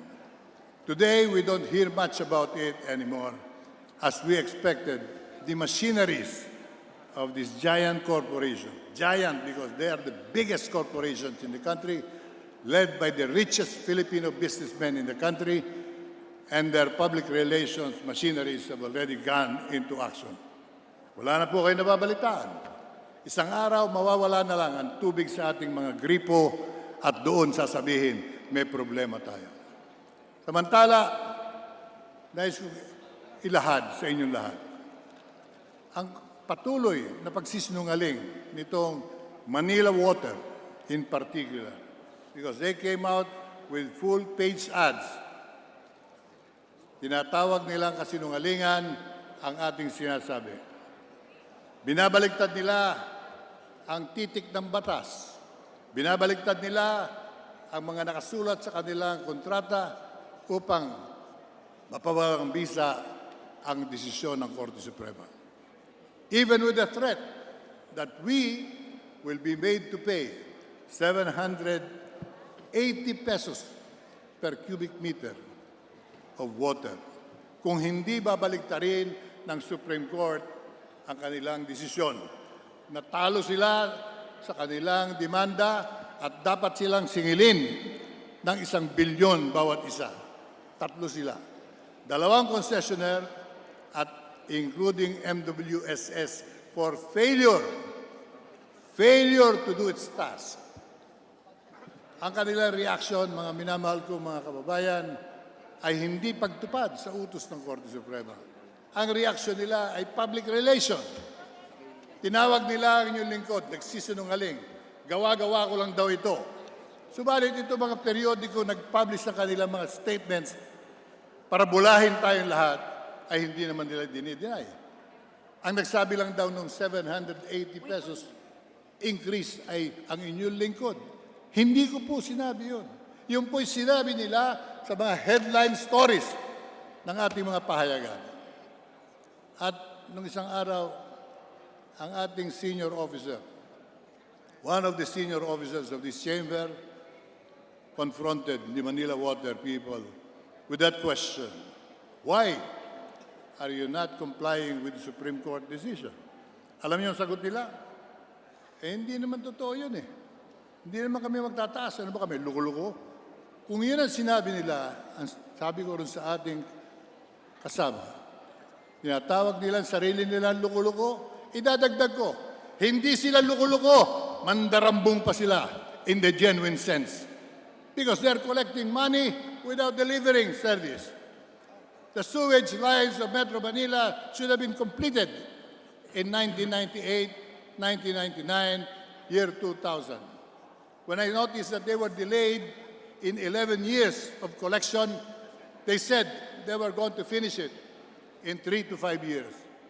But there was a change in administration in 2010, and again, they did not deliver their commitment. Ngayon, ang sinasabi nila, tatapusin daw nila ang ating paglilinis ng ating katubigan sa year 2037. Hindi po ba panloloko yan? Yan ay tinatawag ko ang pandarambong sa pinakamataas na paraan. Sapagkat yung ibinabayad dati sa ating tubig na wala namang bayad sa pinanggagalingan sapagkat yan ay galing sa kalikasan, bigay sa atin ng Panginoon Diyos. Bakit naman sila ang nagkakamal ng bilyon-bilyong salapi dito sa ating yaman ng ating bansa sa kalikasan? They have declared in the stock exchange a net profit of 138 billion. 138 billion from 2009 to 2019. I got these figures from the stock exchange. Sapagkat sila ay public corporations, they are forced to make a report on their money-making contract with the government. Nagbigay sila ng net profit dividend of 49 billion in the same period. Nakikita nyo, bilyon-bilyon ang pinag-uusapan na kinikita. Nasaan ang wastewater treatment facility? Nga ang taong bayan sapagkat walang nakaalam ng issue. Ang inyong lingkod ay hindi nila mapaglalalangan sapagkat pinag-aaralan ko ang lahat ng kanilang ipinangako, sinisilip ko ang kanilang kinita, hindi totoo na sila ay nalulugi.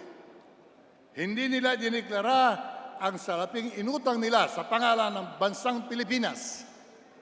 They keep on borrowing money from the World Bank, from the Asia Development Bank, from European financing institutions in the name of the Filipino people. They use our name. They use the guarantee of the Philippine government. Under sovereign guarantee, they are being given very soft loans.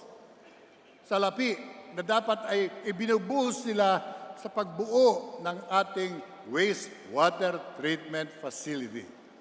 Technically, ang tubig na dapat umaagos sa Manila Bay, sa Laguna de Bay, ay sinlinis ang tubig na iniinom natin sa mineral water. Subalit, hindi po nangyayari yan sapagkat hindi nila nililinis ang tubig na nanggagaling sa ating mga palikuran, sa ating mga kusina ng ating mga tahanan, na dapat sinimulan nila magmula noong 1997. Therefore, to state that they will finish the contract in year 2037 is outright highway robbery. Highway robbery. Pagnanakaw sa bulsa ng Pilipinong pinaghihirap ng panahon.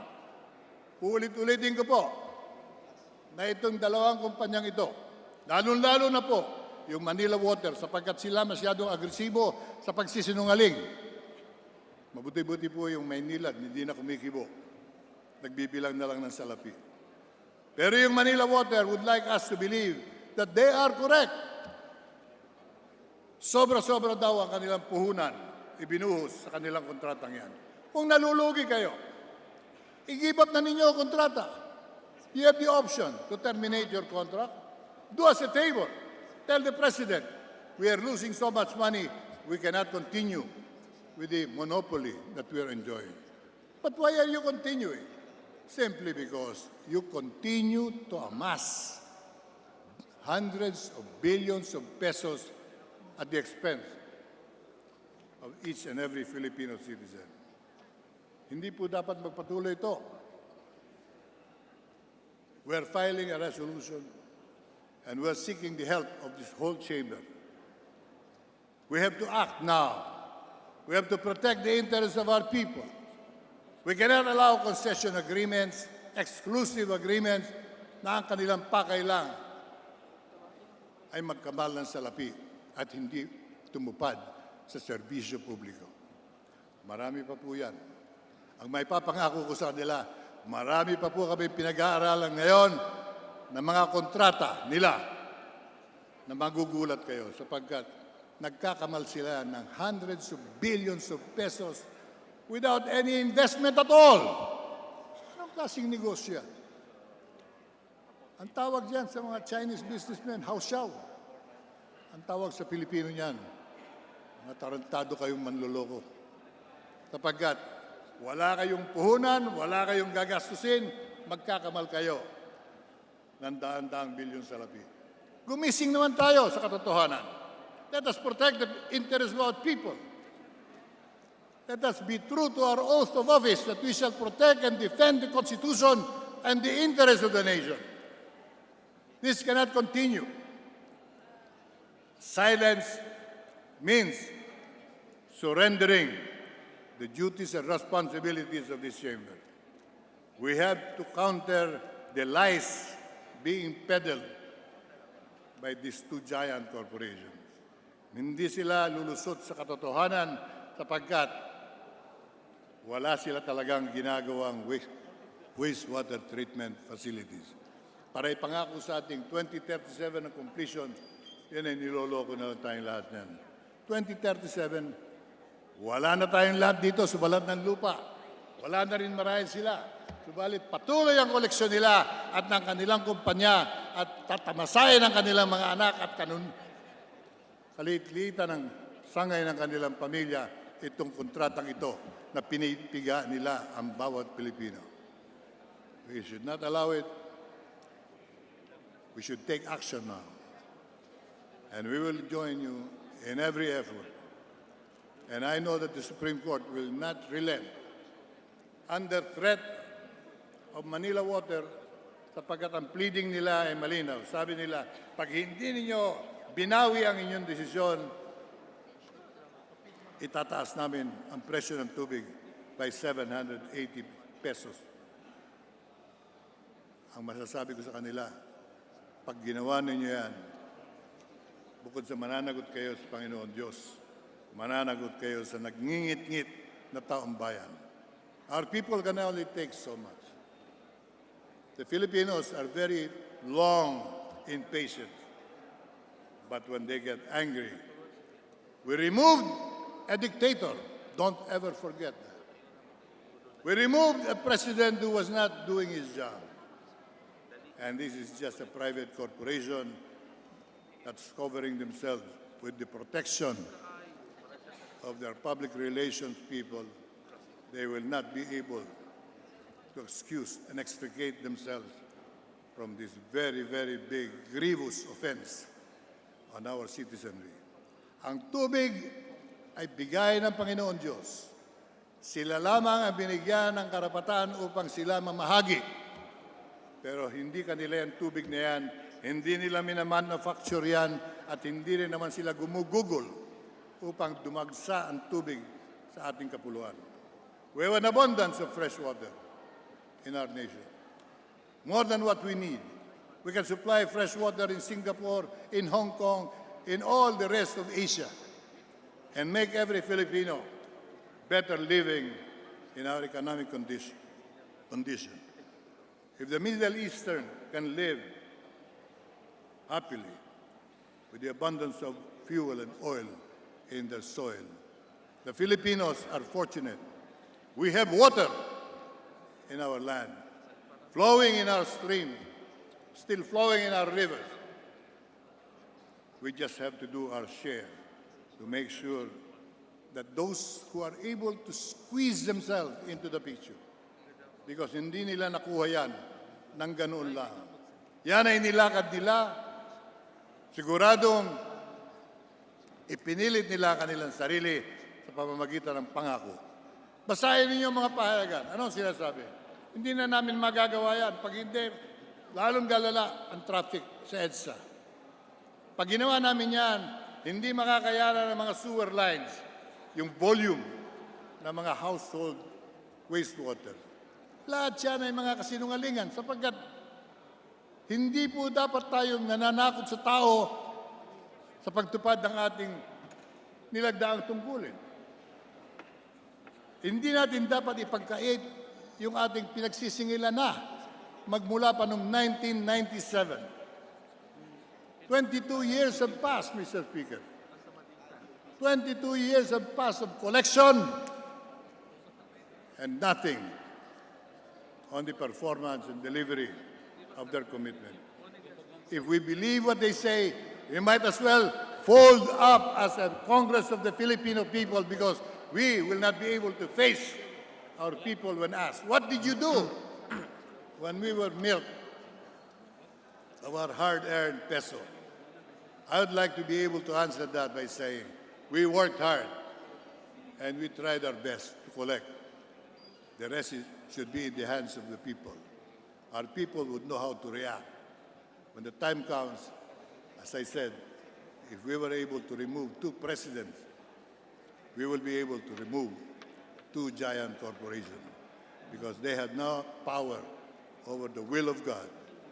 The Filipino was not made, created to suffer from lack of our natural wealth. Sobra-sobra ang ating kalikasan, mapalad tayo. Subalit itong mga may salapi na nagpapanggap na tagapagligtas ng ating kapakanan, sila nagpapanggap na sila ang magbibigay ng serbisyo, ang ibinibigay nila ay perwisyo. Ang mahalaga sa kanila ay salapi. Money, money, and more money.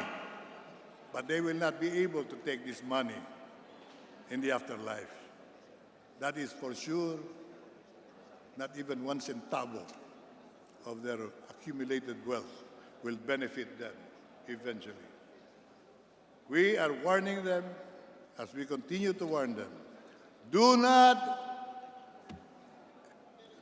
overdo, do not abuse the patience of our people. You try raising the price of water, and I tell you, you will reap the whirlwind of people power. Samantala, tayo sa Kongreso ay may magagawa. Gawin na natin ang ating kakayahan upang itong dalawang korporasyong ito mailagay sa tama. I'm naming Maynilad Water and Manila Water. One is run by one of the richest Filipinos, Ayala Corporation. The other one is led by Manny Pangilinan. So kung kayo ay merong interes sa kapakanan ng tao, ito na ang pagkakataon.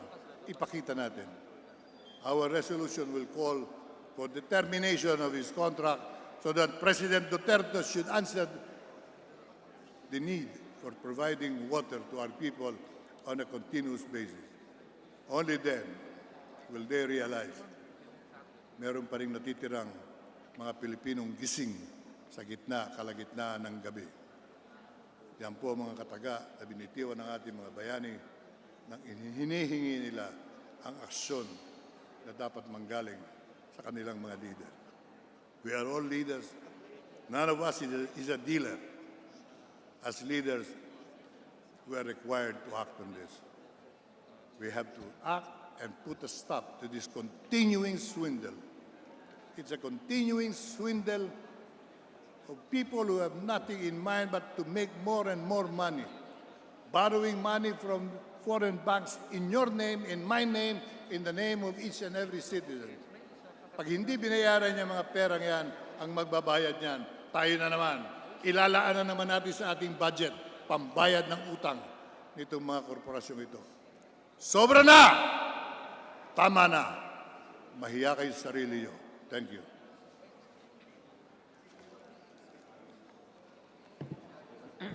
Majority Leader. Mr. Speaker, I move that we refer the speech of the Honorable Atienza to the Committee on Rules for its proper, appropriate action. I so move, Mr. Speaker. Is there an objection? I hear none, then the motion is approved. Majority Leader. Mr. Speaker, I move to extend the privilege hour for another hour. There's a motion. Any objection? I hear none, then the motion is approved. Mr. Speaker, I move to recognize the Honorable Presley De Jesus of Party List PhilReca. I so move, Mr. Speaker. The Honorable Presley De Jesus of PhilReca is recognized. Thank you, Mr. Speaker. Honorable Speaker of the House, fellow House members, and to all our guests in attendance of today's session, good afternoon. A month ago, specifically September 30, 2019, this representation as the Vice Chairman of the Committee on Energy, along with the other members of the committee, probed some of agencies that are part of the energy sector, specifically the NGCP, also known as the National Grid Corporation of the Philippines. The query addressed to NGCP was engrossed in the delayed initial public offering, or IPO, of the National Grid Corporation of the Philippines. I speak in front of you today not as a representative of the Philippine Rural Electric Cooperatives Association Party List, but of the Filipino people as a whole. To reiterate my query last September 30, and I quote, "This representation is very concerned on the long overdue delay of the IPO of NGCP, for it involves the national interest and a big amount of money of 4 billion pesos a year that rightfully belongs to the Filipino people. But first of all, please allow me to guide you, my fellow House members and guests, into the depth of the roots of this issue.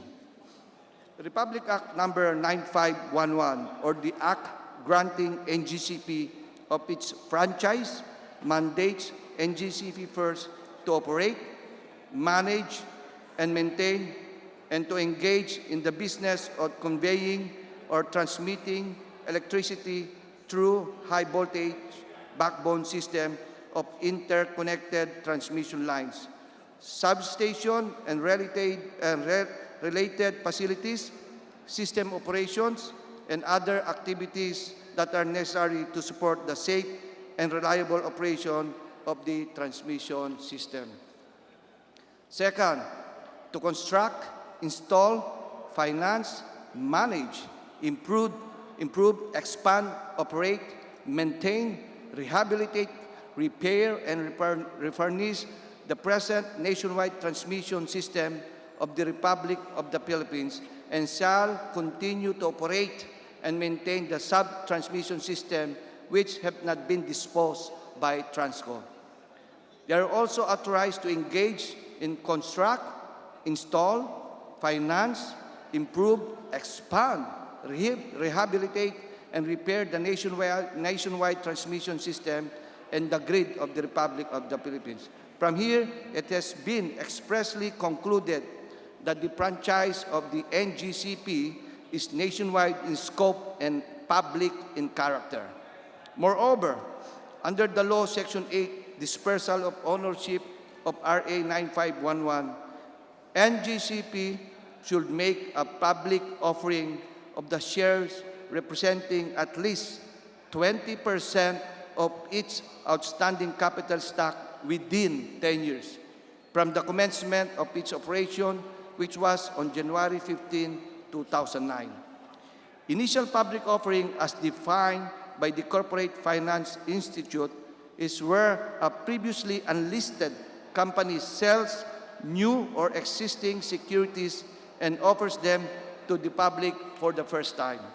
Hence, under the NGCP's franchise from January 15, 2009, it has 10 years to comply with its statutory requirement to offer at least 20% of its outstanding capital stock to the public.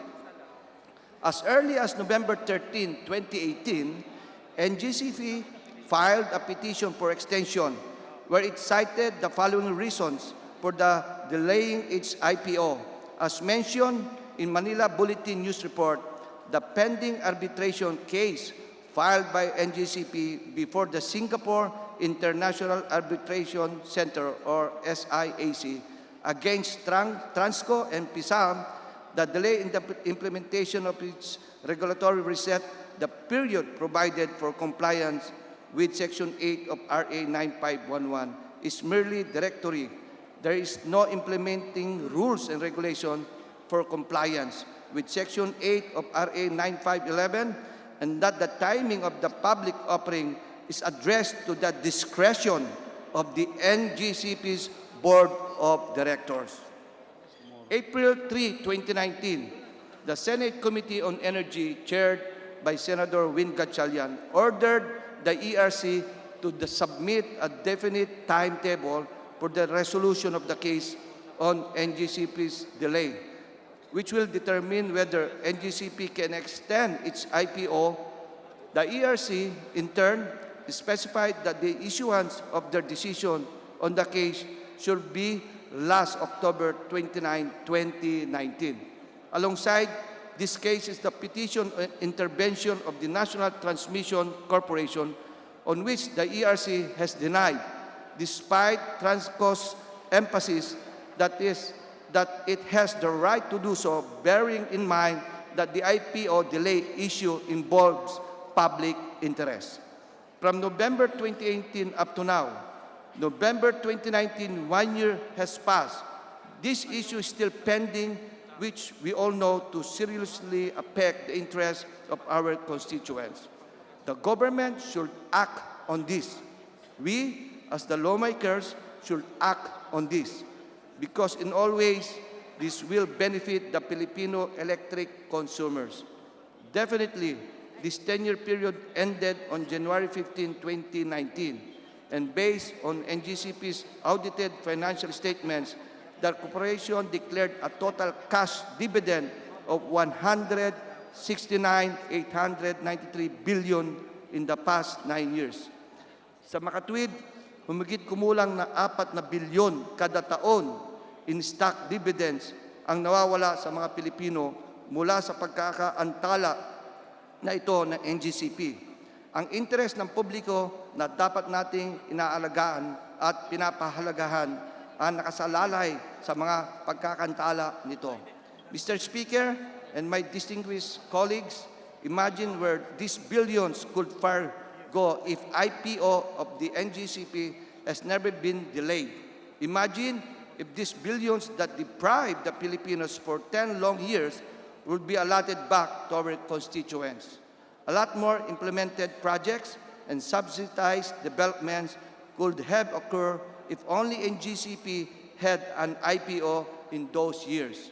We need to keep in mind that NGCP operates the Philippines power transmission network for 25 years. As public servants and representatives of the people who gave this entity the franchise to exist, and in return, with this condition of initial public offering, we must be united in making sure that the law is faithfully executed, their obligation has been acted accordingly, and that their mandated statutory requirement to offer at least 20% of its outstanding capital stock to the public is devotedly complied with. Mr. Speaker and fellow House members, I thank you for the opportunity to present and profess my thoughts in advocating against this IPO delay of the NGCP. May God continue to bless our beloved country, the Republic of the Philippines. Maraming salamat po. Majority Leader. Mr. Speaker, I move that the speech of the Honorable Presley De Jesus be referred to the Committee on Rules for its appropriate action. So move, Mr. Speaker. Any objection? I hear none, then the motion is approved. Majority Leader. Mr. Speaker, I move that the gentleman from the 3rd District of Camarines Sur, the Honorable Gabriel Bordado, be recognized to avail of the privileged hour. So move, Mr. Speaker. The Honorable Gabriel Bordado is recognized. Thank you, Mr. Speaker.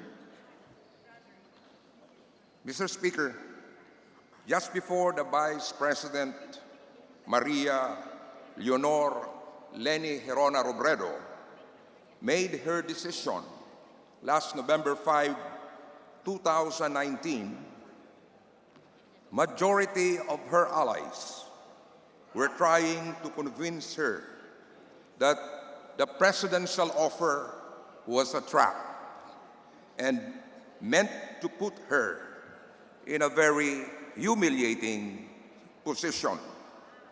Yet, in a move which triggered veritable shockwaves in the national political arena, Vice President Robredo accepted President Rodrigo Duterte's challenge for her to lead the so-called war on drugs.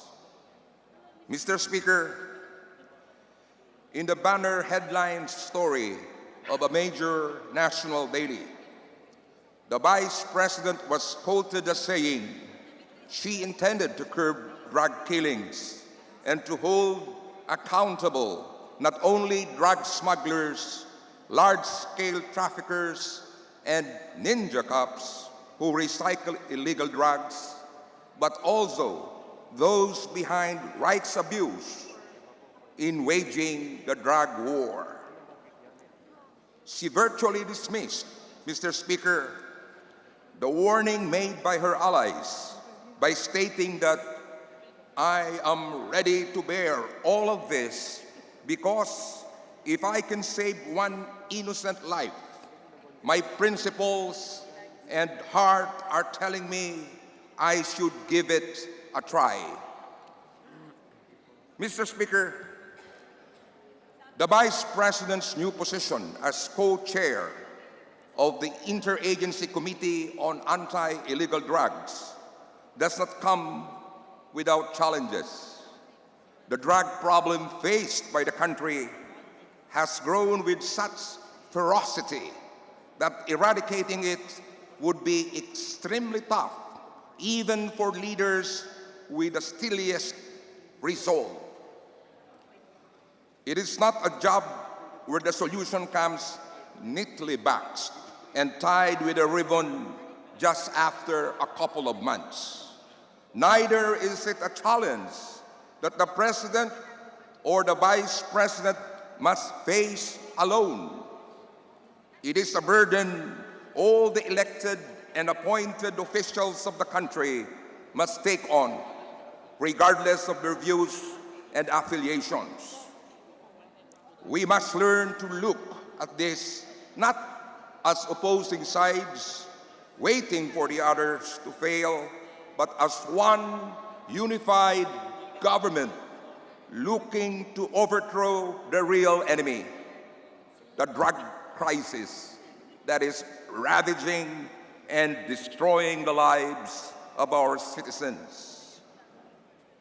Mr. Speaker, this new opportunity under the Vice President's leadership means that we should all learn to accept that violence, murder, and fear only work up to a certain extent, and they do not resolve the deeply rooted problem of illegal drug dependence in the country. Quick fixes might provide the people with a sense of action and resolution. But, Mr. Speaker, if we are to find a sustainable solution to the drug crisis gripping the nation, then we must dig deep into the monstrous heart of the issue and start there. In her acceptance speech, Mr. Speaker, Vice President Leni Robredo made the right first move when she asked that she and President Rodrigo Duterte should work together to solve the drug problem in the country. We too should put aside our hesitations and whatever reservations we might have to help in resolving the crisis. In accepting the position offered to her, Vice President Robredo showed that she is serious about taking on the great responsibility. It is not just for show, and her actions aren't just for her own aggrandizement. It is a call for us to do the same, Mr. Speaker. As the presidential spokesman declared, and I quote, "Her success is our success, and her failure will be our failure." I don't think we would want that, unquote. Thank you very much, Mr. Speaker. Majority Leader. Mr. Speaker, I move that the speech of the Honorable Gabriel Bordado be referred to the Committee on Rules for its appropriate action. So moved, Mr. Speaker. Is there no objection? I hear none, then the motion is approved. Majority Leader. Thank you, Mr. Speaker. At this point, I now move that the gentleman from the party list Bayan Muna, the Honorable Carlos Isaganati Zorate, be recognized to avail of the privileged hour. The Honorable Carlos Sagana Zarate is recognized. Maraming salamat, Ginoong Speaker. Ginoong Speaker, noong nakaraang Miyerkules sa Tuwebes, ika-6 at ika-7 ng Nobyembre, kasama ang kinatawang ito sa isinagawang National Fact-Finding and Solidarity Mission na pumunta sa Bacolod City.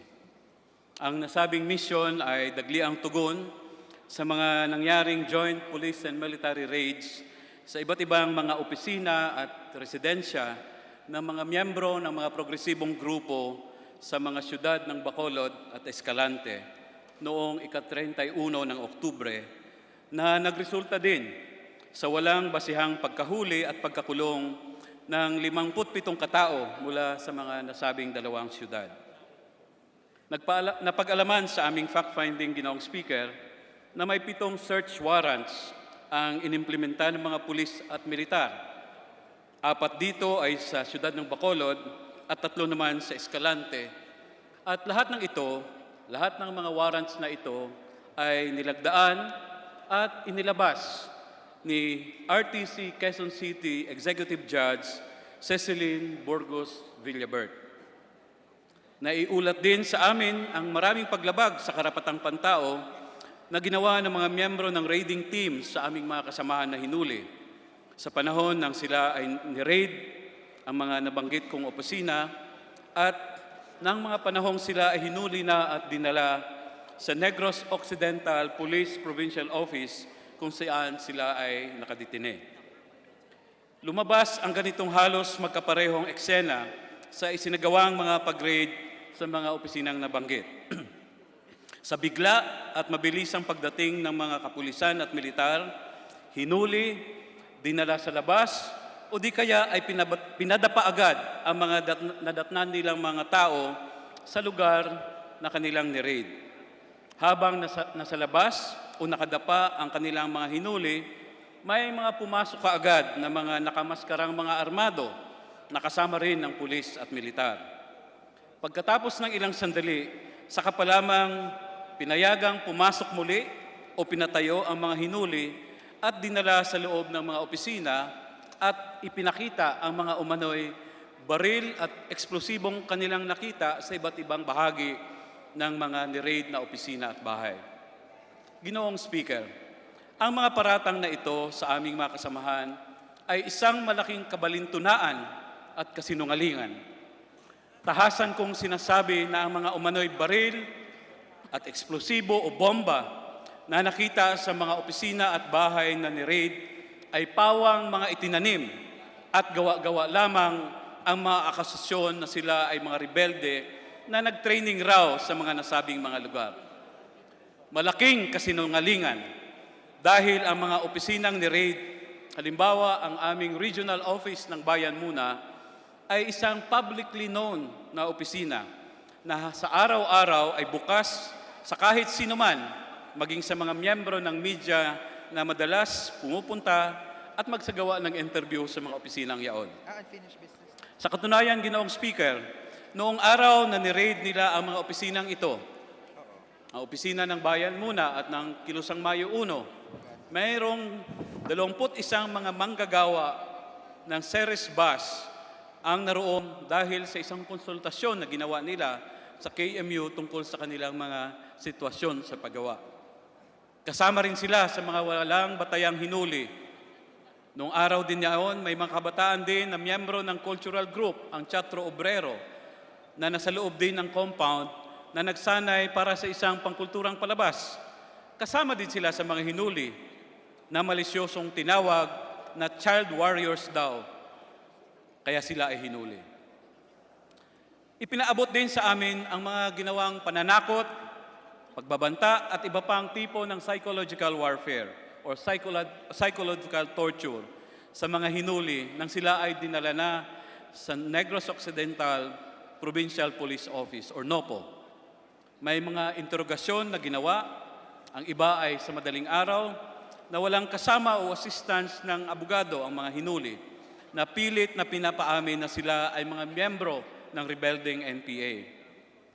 Ngunit, ang mga natuklasan at napag-alaman namin ito na mapaglabag sa karapatang pantao ay hindi pa nasasapat dahil kahit na ang pagbisita sa kanila ay ipinagkait din ng mga kapulisan na may hawak sa kanila. Mga bandang alas 12:30 ng hapon noong Miyerkules, ilang miyembro ng fact-finding mission at mga kaanak ng mga nakakulong ay dumating sa NOPO or Negros Occidental Provincial Police Office sa Bacolod City. Kabilang po sa mga pumunta rito, Ginoong Speaker, ay ang kinatawang ito, si Representative Arlene Brosas ng Gabriela Women's Party, mga dating kinatawan, Nery Colmenares, Teddy Casino, Rafael Mariano at Ariel Casilaw. Ang layunin sana ng aming grupo, maliban sa plano naming dalawin ang mga nakakulong naming mga kasamahan, ay magbigay sana ng courtesy call sa mga opisyal ng nasabing police command, partikular kay Colonel Romeo Baleros, ang Provincial Director, at ang kanyang assistant na si Lieutenant Colonel Adrian Acolyado. Maliban sa courtesy call, gusto na rin sana naming ng mga oras na iyon na ipa-receive o ipatanggap na sa mga naturang opisyal ang resolution ng inquest prosecutor ng Bacolod City na nag-uutos na palayain na ang 32 sa mga nakakulong dahil sa walang nakitang basihan o dahilan na sila ay ikulong at ang mga kasong isinampa sa kanila ay walang sapat na basihan. Subalit, Ginoong Speaker, kahit na malinaw ang aming pagpapakilala at pagpapaalam, ay hindi kami pinayagan na makipagkita sa mga nasabi kong opisyal o makita man lang ang mga nakakulong na kasamahan namin. Walang masabing tiyak na dahilan kung bakit kami pinigilan sa gate ng nasabing police command na ayon sa officer in duty ng kampo ay kautusan ng kanilang provincial director na si Colonel Romeo Baleros. Masakla pa, kahit ang mga abogado at mga kapamilya ng mga detainees ay hindi na rin pinapasok.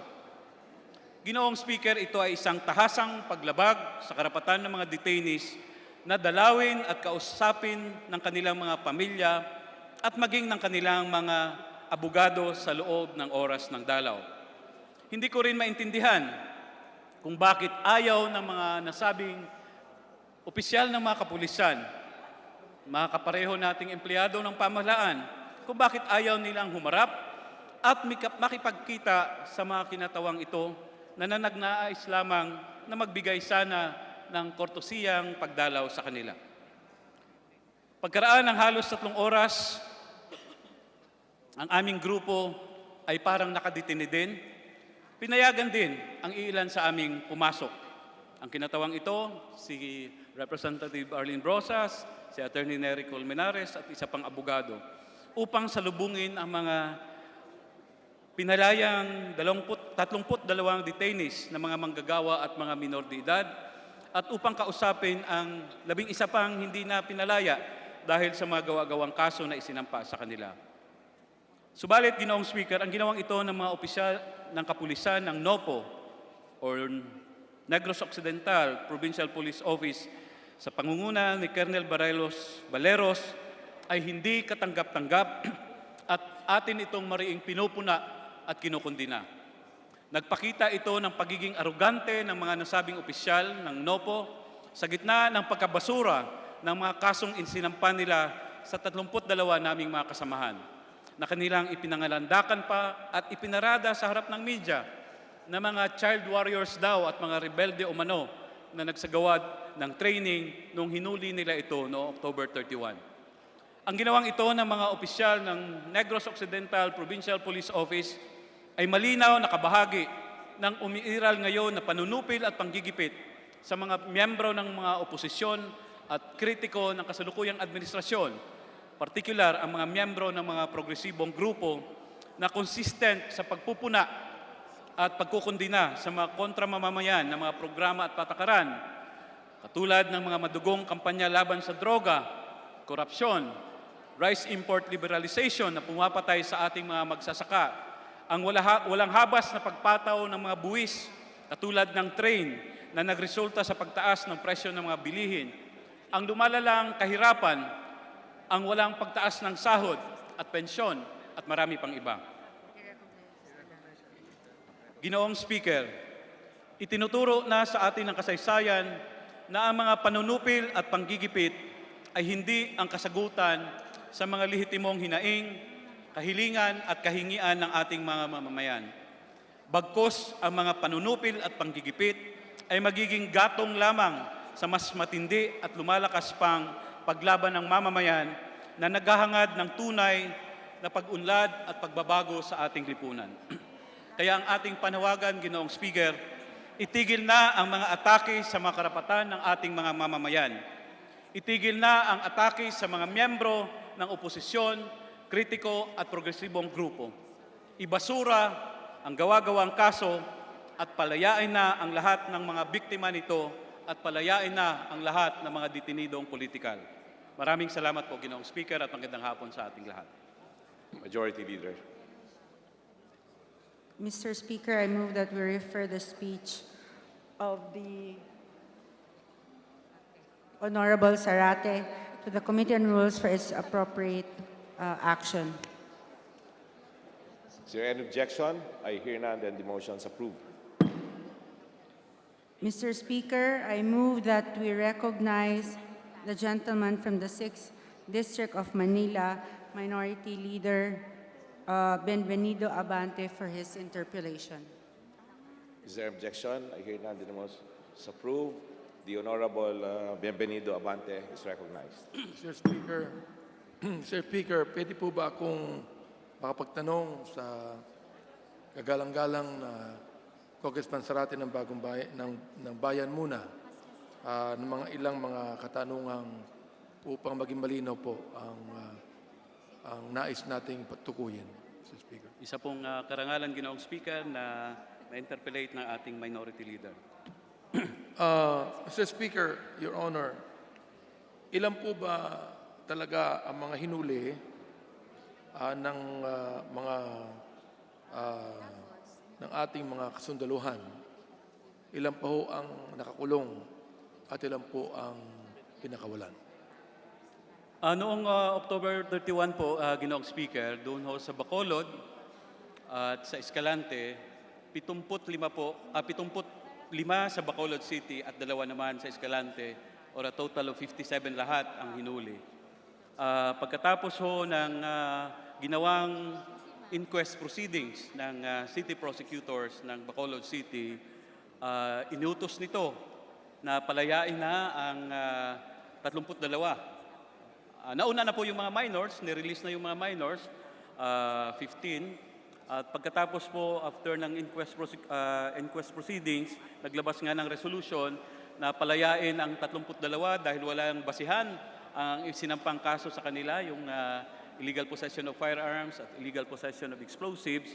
Kasama po rito sa 32 na pinalaya ay ang 21 workers ng Ceres Bus Company na gaya ng nabanggit ko kanina ay nandoon lamang dahil nagkaroon ng consultation sa kanilang labor problem. At 11 mga cultural workers na mga kabataan, no, na miyembro ng Teatro Obrero. Sa kasalukuyan po, 11 na lamang sa Bacolod City ang nakakulong. 7 rito ay sinampahan ng non-bailable offenses of illegal possession of explosives and multiple possession of handguns. 4 ang sinampahan naman ng kasong illegal possession of firearms, kaya bailable sila. Yung 2 hong hinuli naman na matatanda sa Escalante City, ang sinampa sa kanila ay non-bailable offense of illegal possession of explosives.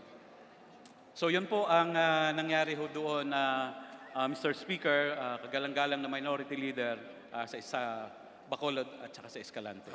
Mr. Speaker, Your Honor, nabanggit niyo po kanina na tinatawag po silang mga child warriors. Bakit po?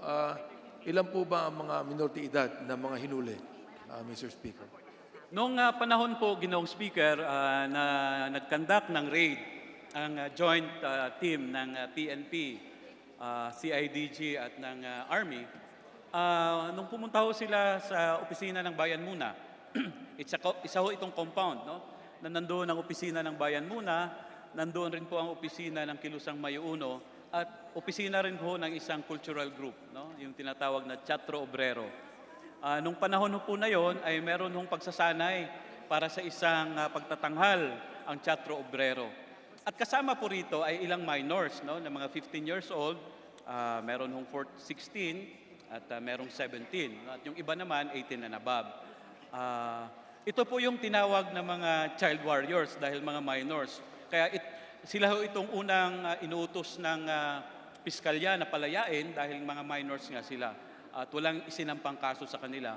Subalit nung magkaroon na ng press conference ang pulis at militar, ito nga ang sinabi nila, child warriors na nag-training daw doon sa aming opisina bilang mga rebelding NPA. Pinabubulaanan po natin ito, Ginoong Speaker, kagalang-galang na minority leader, paano hong magti-training ang mga NPA doon na ang amin hong opisina is a publicly known office. Araw-araw bukas ho ito kahit linggo para ho puntahan ng ating mga constituents sa Negros, specifically sa Bacolod. No? At ito nga ay bukas, palaging pinupuntahan ng mga media.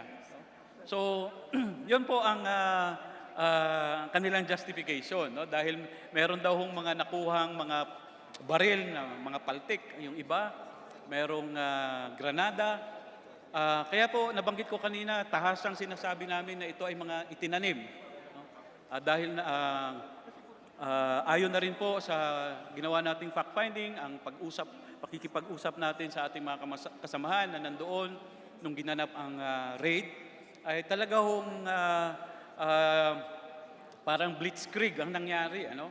Dumating yung mga armado, pinalabas sila sa compound, pinadapa, at in-announce na lang pagkatapos na meron daw silang nakuhang mga baril at mga granada. Ginoong Speaker, kagalang-galang na minority leader. Mr. Speaker, Your Honor, yung lugar kung saan sila hinuli ay hindi lamang isang publikong lugar, kundi ito po ay mga legal na mga political organizations. Di po ba? Tama po. Ang bayan muna po ay isang legal na organisasyon. Ang KMU ay isang labor center, no, na kilala na.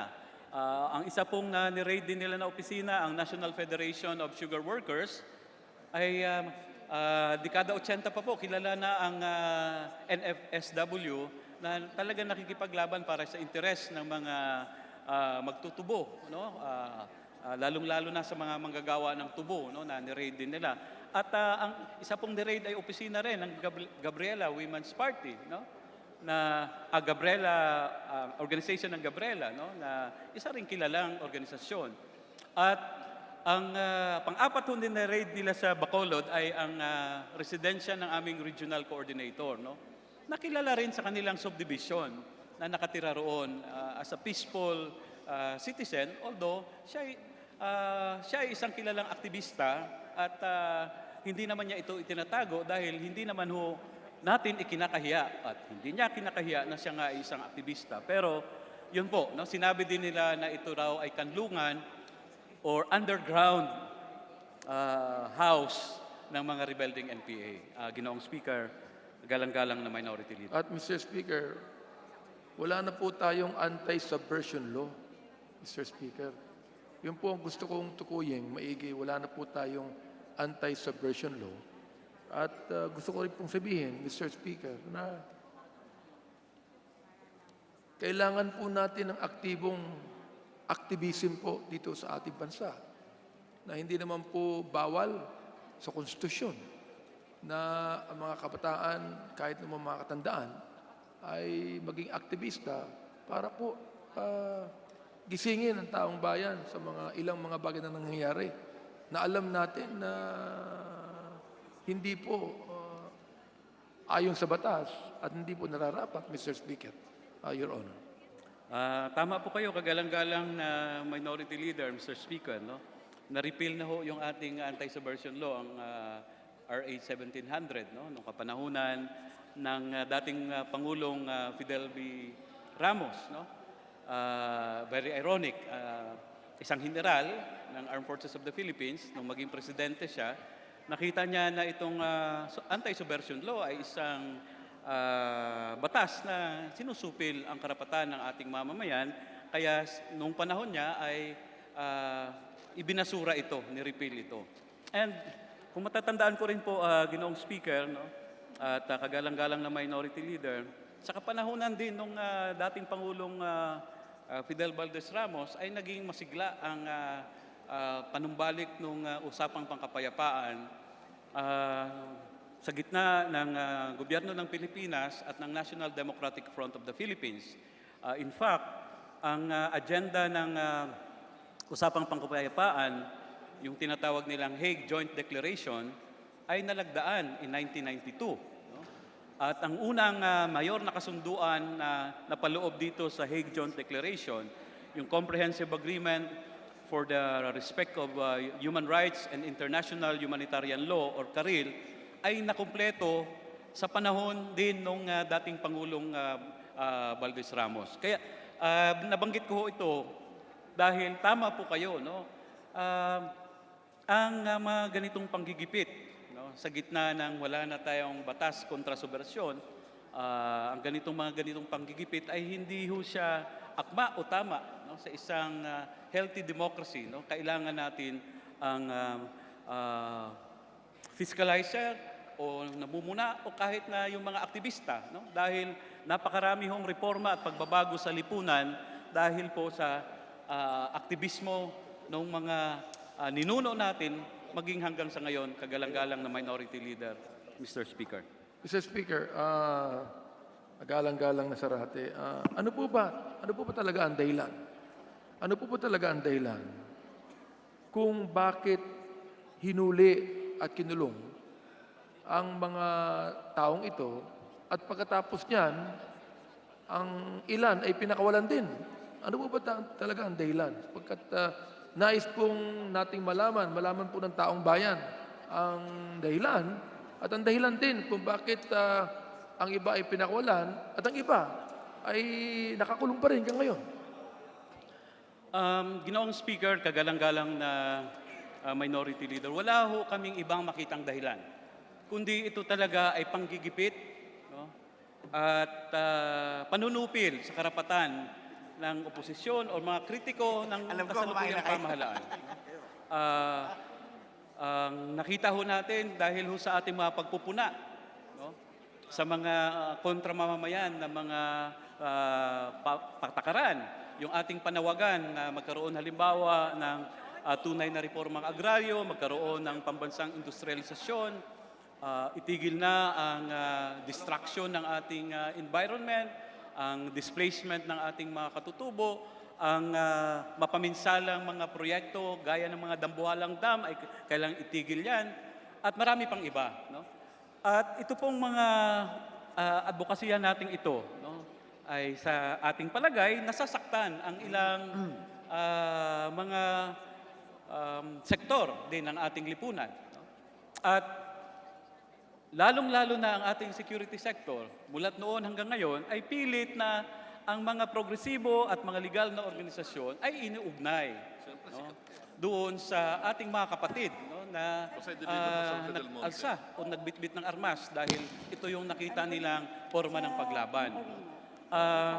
Sa amin pong kabahagi, kagalang-galang na Minority Leader at Ginoong Speaker, nirecognize natin, no, na talagang merong malalim na problema sa ating lipunan, kaya meron ho tayong mga kapatid na pinili nilang mag-aklas o magbitbit ng armas, no, in the act of rebellion.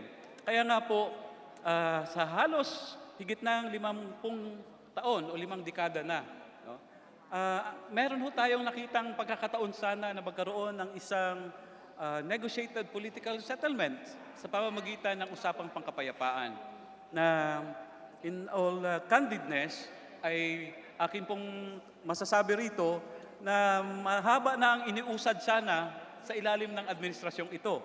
No? Nung pumasok ang administrasyong Duterte sa usapang pangkapayapaan at nang magkaroon ng series of formal talks between August of 2016 until February of 2017. Sa katunayan, para sa kaalaman ng ating kagalang-galang na Minority Leader at Ginoong Speaker, before binasura ang usapang pangkapayapaan, ay meron na sanang, sa aking pagkakaalam, mga draft interim agreement, no? Para sa mga substantive agenda, including yun hong usapin ng tigil putukan or ceasefire. No? Dahil alam naman po natin na isa rin yan sa inahangad ng ating mga kababayan. Pero yun nga po, pagkatapos nung ibasura na ang usapang pangkapayapaan nung nilagdaan ni Pangulong Duterte ang Executive Order number 70 in December of 2017 at nung maglabas ng Memorandum Order number 32 naman nung sumunod na mga taon ay mas lalong umigting, no, yung atake sa mga miyembro ng mga progresibong grupo sa iba't ibang bahagi ng bansa at lumundo nga itong October 31 kung saan nagkaroon ng maraming paghuli sa aming mga kasamahan sa Negros. Tinanong niyo po kanina, Ginoong kagalang-galang na Minority Leader, ano ba ang dahilan ng sila ay hinuli? Gaya po ng nabanggit ko, ang mga ebidensya nila ay ang mga nakita raw ng mga baril at mga granada or explosives. At sila, ang lahat na hinuli na ito ay mga rebelde daw. Pero ito ang aking katanungan. Kung totoong sila ay mga rebelde na nag-training, bakit ho iniutos ng inquest prosecutor na i-release ang 32? At sinabi niyang walang basihan at walang ebidensya na sila nga ay probably ay may kasalanan doon sa isinampang kaso sa kanila. So, dito po natin makita na talagang mahina yung kasong isinampa at dahil ito ay mga gawa-gawa, kami po ay nananalig na sa darating na mga araw sa pakikipag sa efforts na rin po ng aming mga abogado ay mababasura rin ang mga trump-up charges na ito laban sa aming mga kasamahan, Ginoong Speaker, Minority Leader. Doon po ako nagtataka, Mr. Speaker, Your Honor, kung bakit ang iba'y pinakawalan, ang iba'y nakakulong pa. Ang nakakapagtaka rin, Mr. Speaker, ay ito. Ang sabi po ninyo kanina na yung mga ibang humuli ay nakamaskara at nakamask. Palagay niyo po sila yung mga pulis o sila yung mga miyembro ng armed forces? Dahil po, Ginoong Speaker, kagalang-galang na Minority Leader, it's a joint team. No? So ang ating pong understanding ay magkahalo na yon. No? Ang nabanggit lang nila, talagang merong mga nakasuot ng bunet. No? Meron namang iba, wala. Lalong-lalo na yung mga miyembro ng CIDG dahil ito yung mga investigator at magpa-file ng kaso. Pero yung mga naunang pumasok, halimbawa yung isang opisina talagang forcibly pinasok nila, ang mga pumasok doon ay nakabunet ayon sa mga witnesses. At yun ang aming hinalaan na nagtanim ng mga sinasabing nakuha raw na baril at mga explosives doon sa naturang mga opisina, Ginoong Speaker, Ginoong Minority Leader. Mr. Speaker, bilang isang abogado, magalang-galang na Sarate, yun po ba ang dapat na maging damit ng mga nanguhuli? Tayo ba ay may digmaan dito? Palagi, sapagkat nakikita ko lang yan sa mga pelikula na yung mga mercenaryo, kapag yan ay nag-raid sa isang lugar, may mga bonnet, may mga ganyan. Pero ang Pilipinas po isang matahimik na bansa sa pagkakaalam ko. Parang overkill ho yata ang ginawa ng mga nanghuli sa mga kabataang ito. Tama po kayo, Ginoong Speaker, Mr. Minority Leader. No? Overkill at talagang hindi ho talaga kabahagi siguro ng standard operating procedure nila yan. Pero ito na hong nakikita naming padron sa ngayon, no? Pattern sa mga hinuli nila, maging ng mga consultants sa usapang pangkapayapaan at ng iba pang mga leader ng mga progresibong grupo. Ako rin po, sa aking karanasan ay bilang abogado, bago tayo pumasok dito sa Kongreso, ay meron na ho rin akong kasong nahawakan ganito na eventually ay atin pong naipabasura. No? Nitong mga nakaraan po, marami na rin kasong naipabasura ang ating piskalya at maging ang husgado. No? Dahil nga, pagdating ho talaga sa trial, sa korte, ay napapatunayan na gawa-gawa lang yung mga kasong yun at yung mga ebidensya ay gawa-gawa rin. No? At ang pattern ho na nakuha natin, kaya ho ngayon ay talagang hindi na lang baril yung ebidensya, kundi explosives na rin, or granada, or kung ano pa mang explosives, ay dahil nga ho non-bailable ito. No? At kung hindi man explosive, gaya ho nung isang hinuli nila sa Bacolod, ito ho ay isang miyembro ng alternative media, isa kong young lady broadcaster. Ang itinanim ho sa kanya ay 3 baril. No? At dahil ho sa kasalukuyang batas, pag mahigit 2 ang nakuha sa iyong baril, kung 3 na yan, ay non-bailable na rin po yan. No? So ito po ang ating nakikita ngayong padron, no? Or pattern, dahil siguro dahil gusto nilang gipitin talaga at supilin, no? At habang nasa loob ka ng kulungan, ay siguro ang iniisip nila ay maging ineffective ka na. Pero yun ho ang isa nilang pagkakamali, no? Dahil napatunayan na rin at itinuturo ng kasaysayan yung mga ganitong gawain ay hindi ho magpapapigil sa mamamayan kung meron talagang kadahilanan na magsalita, magreklamo at magpuna ang ating mga mamamayan. No? Kaya kahit ho sa kapanahunan ng diktador na si Marcos, libo-libo ho ang ikinulong. Pero hindi rin po napigilan ng ating mamamayan na maghahanap ng tunay na pagbabago, at ang ating kasaysayan ay naipakita, no, na napatalsik ang isang diktador at ang mga sumunod pang mga administrasyon na meron din hong ginawang kontra mamamayan ng mga patakaran, Ginoong Speaker, Mr. Minority Leader. Naniniwala po ba kayo, Mr. Speaker, na ang atin pong sandatahang lakas at mga kapulisan ay nagbabalik sa mga panahon ng rehimeng Marcos, Mr. Speaker? Well, kung atin pong pagbabasihan ang mga nangyayari ho sa ngayon, hindi ho natin maikaila na ang dami hong talagang hindi magagandang nangyayari sa mga institusyong ito. No? Nitong mga nakaraan ho, sa isang pagdinig sa Senado, halimbawa sa usapin ng kampanya sa droga, no? Libo-libo na ho ang namatay sa kampanya laban sa droga, naging madugo ang kampanya laban sa droga, pero napag-alaman natin na mga pulis pala mismo, no? Yung mga tinatawag na ninja cops ang naging dahilan sa recycling ng drugs. So, meron hong problema ang mga institusyong ito, no? Na ang naging resulta po, nandyan ang malawakang paglabag sa karapatan ng ating mamamayan. No? Nasa halip na sila itong merong mandato sa ating saligang batas na protektahan, no? At respetuhin ang karapatan ng ating mamamayan, ay sila pa itong lumalabag. Kaya yan po ang isa sa pinakamataas na klase ng paglabag ng karapatan na kung sino yung dapat na atasan na magprotekta sa atin ay siya pang naging violator sa ngayon, Ginoong Speaker. Naniniwala po ba kayo, Mr. Speaker, na ngayon po sa ating panahon ay nabubuhay na tayo sa kultura ng violence, Mr. Speaker? Ang umiiral ho talaga ngayon ay isang, there is a state of impunity, no? Na nakikita natin dahil marami ho sa mga naging violators, no, ng karapatan ng ating mamamayan ay hindi ho napaparusahan. No?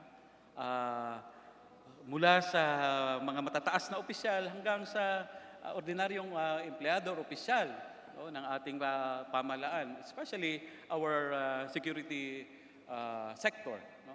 Kaya pag nagkatuloy-tuloy po ang ganitong state of impunity, no, kakambal ho niyan ang talagang violence. No? At hindi yan po ang gusto nating sanang mahinto na. No? Itigil ang mga pagpatay, itigil ang mga pag-atake. Dahil po halimbawa sa Negros, no? Ang Negros ngayon, nung mga nakaraang buwan, literally, sa panahon ng mga tagtuyot, ang tinatawag nila sa Negros, it's tiempo muerto. No? It's a season of death.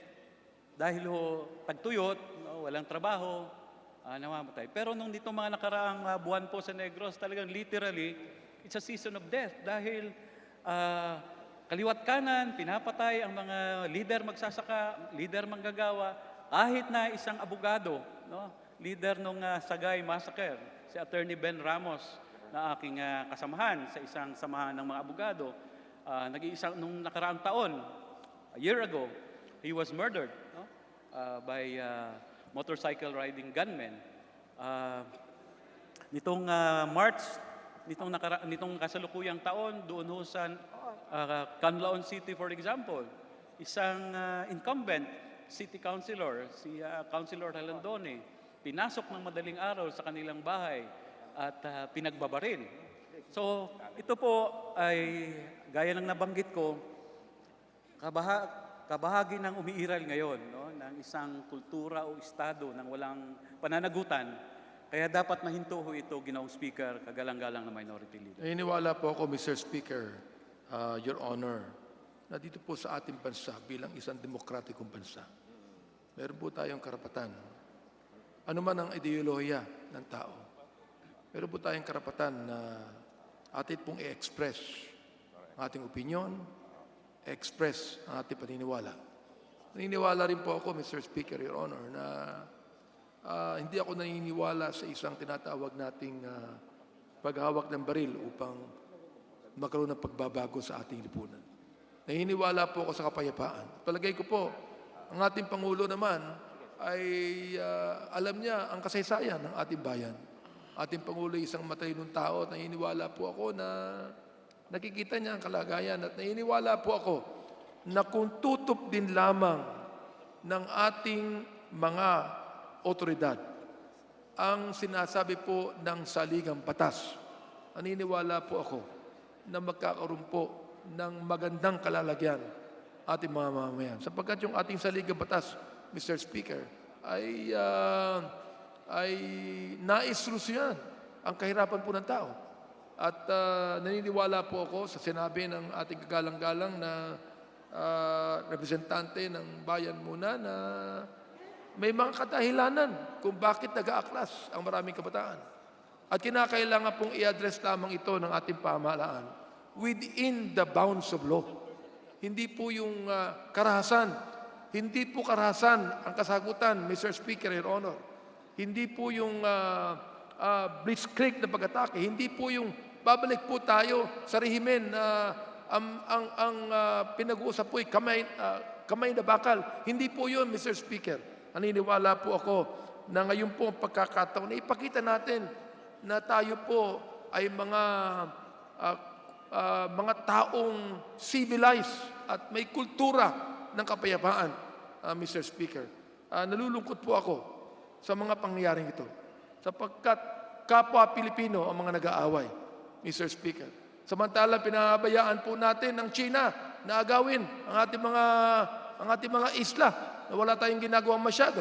Pero walang patumanggap po ang nangyayaring violence po sa ating kapwa ng mga Pilipino, Mr. Speaker, Your Honor. Sana po itong privilege speech na ito, itong pinag-uusapan po ito ay malaman po ng ating bayan at marinig po ng ating otoridad at malaman po ng ating Pangulo na sincerely and honestly nais po natin ng tunay na kapayapaan sa ating bayan. Nais po natin na mga mahihirap ay magkaroon po ng sariling lupa. Ang mga mahihirap magkaroon po ng sariling kinikita. Mga mahihirap ay hindi na po magiging mahirap. Yan po ang nais po natin sa ating bayan. At alam ko na sa kagalang-galang na Sarate, yan din po ang kanyang inaasam-asam bilang isang kongresista na talagang lumalaban para po sa ating mga mamamayan, mga Pilipino. Yun po ba? Tama po kayo at sumasang-ayon po ako sa inyo, kagalang-galang na Minority Leader. Bilang mga kinatawan po dito sa Kongreso, yan po ang ating minimithi, no? Na magkaroon tayo ng pangmatagalan, na katahimikan, na kapayapaan na nakabase sa hustisya at matugunan na ang itong mahigit 5 dekada ng tunggalian sa ating bayan na masagot yung ugat ng tunggaliang ito, no? Yung ugat na nagmumula sa kahirapan, ng walang hustisya at iba pang mga panlipunang problema. Kaisa po ninyo kami at salamat po sa inyong pakikiisa rin sa amin dahil tama po, no? Kaya tayo andito sa loob ng Kongreso, hindi lang ho tayo rito nagpupuna. No? Kung titingnan po ang track record ng aming partido, ng Bayan Muna, kami po ay dito sa loob ng Kongreso ay naging fiscalizer, pero nagtutulak rin tayo ng mga importanteng mga reforma sa ating mga batas. No? Napakaraming batas na rin po ang aming ipinanukala dito at naging na pinapakinabangan na rin ng ating mamamayan ngayon. So maraming salamat po sa ating kagalang-galang na Minority Leader sa kanyang mga katanungan, sa paglilinaw ng pangyayaring ito. At sana nga po ang aming panawagan ay matigil na ang mga ganitong karahasan. No? Dahil ito ay hindi, gaya ng nabanggit ko kanina, hindi ito ang tugon na ating hinahanap. Ang ating tugon na hinahanap, kaya meron tayong mga advocacies ay matugon, ma-resolve, no? Yung tinatawag nating root causes of the impoverishment of our people, the root causes why until now there is an ongoing armed conflict in our country. Mr. Speaker, Mr. Minority Leader. Tigilan na po natin, Mr. Speaker, ang karahasan. Tigilan na po natin, Mr. Speaker, ang makiri sa ating mga batas. Tigilan na po natin, Mr. Speaker, ang pag-abuso ng ating mga law enforcers. Mr. Speaker, malapit na po ang Kapaskuhan. At ang isa pong napakagandang dahilan na pagdating ng ating Panginoon ay yung sinabi po ng mga anghel. Yan po ay peace on earth, goodwill towards man. Magandang hapon po, Mr. Speaker. Salamat po sa inyo. Maraming salamat at magandang hapon din po sa ating kagalang-garang na Minority Leader. Maraming salamat, Ginoong Speaker. Majority Leader. Mr. Speaker, earlier, the speech of Representative Zarate was already referred to the Committee on Rules. Considering that there was an interpellation, we'll just move that the interpellation of the Minority Leader be referred together with the speech of Representative Zarate to the Committee on Rules. So moved, Mr. Speaker. Is there objection? I hear none, then the motion is approved. Mr. Speaker, I move that we suspend the session. Session suspended.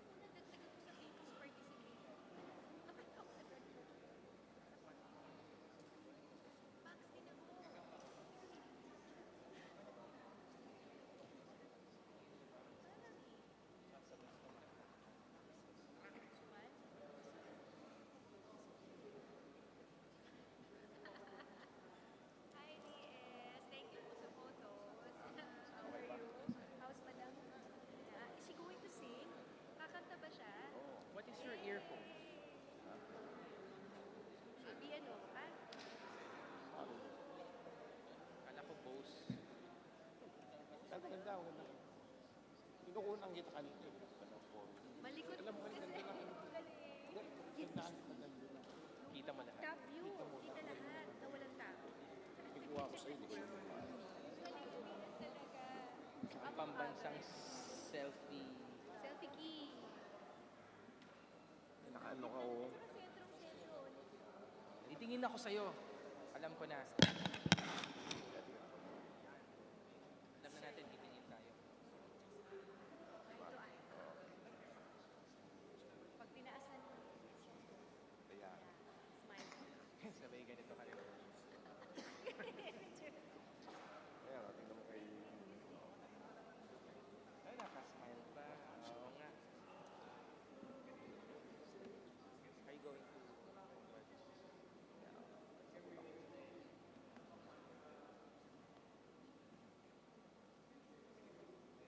Susundan natin yung sinasabi. Japanese speed. Bawal na. Bawal gawin. Eh, tama. Tsaka yun. Dapat may ano tayo. Kasi minsan, malagyan. Pwede na. Tsaka, ano na, wala nang movie sa election. Ever since you mentioned it. Hindi kami pinag-usapan. Sinabi ko.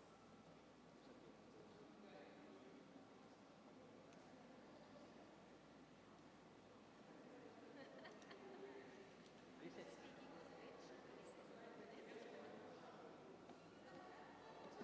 Hintay mo na tayo. Meron dito, meron.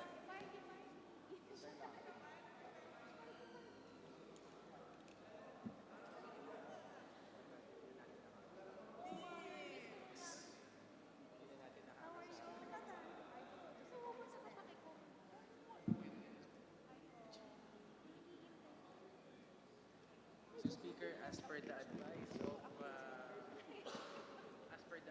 of Deputy Minority Leader, Darating.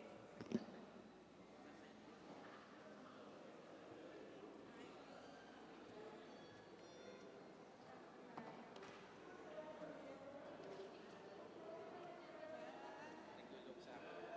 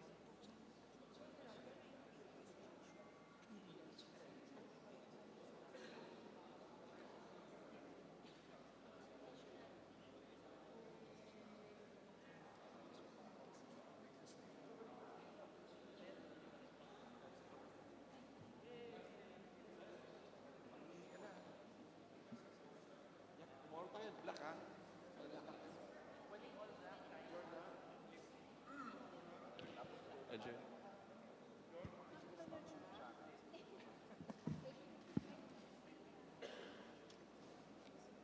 Sessions assumed. Mr. Speaker, I move that we take up additional reference of business and that the Secretary General be directed to read the same.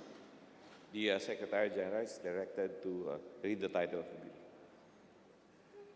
Additional reference of business. Bills on first reading. House Bill number 5400. An act amending Section 65 of Republic Act number 11260, otherwise known as the General Appropriations Act of Fiscal Year 2019 by Representative Ligarda and Ungab. Committee on Rules. House Bill number 5424, an act extending the availability of the 2019 appropriations for maintenance and other operating expenses and capital outlays to December 31, 2020, amending for the purpose Section 65 of General Provisions of Republic Act number 11260, the General Appropriations Act of Fiscal Year 2019 by Representative Villafuerte. Committee on Rules.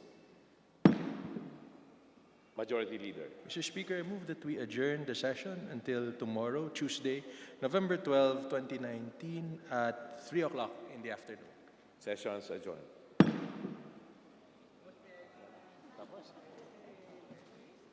Tapos.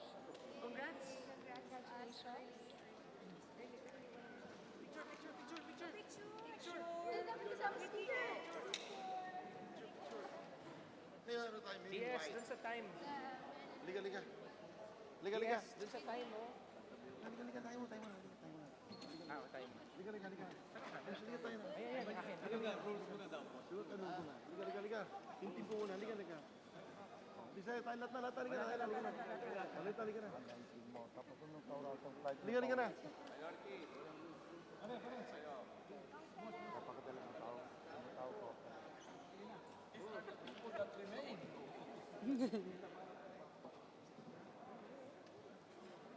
Ikaw nakikita.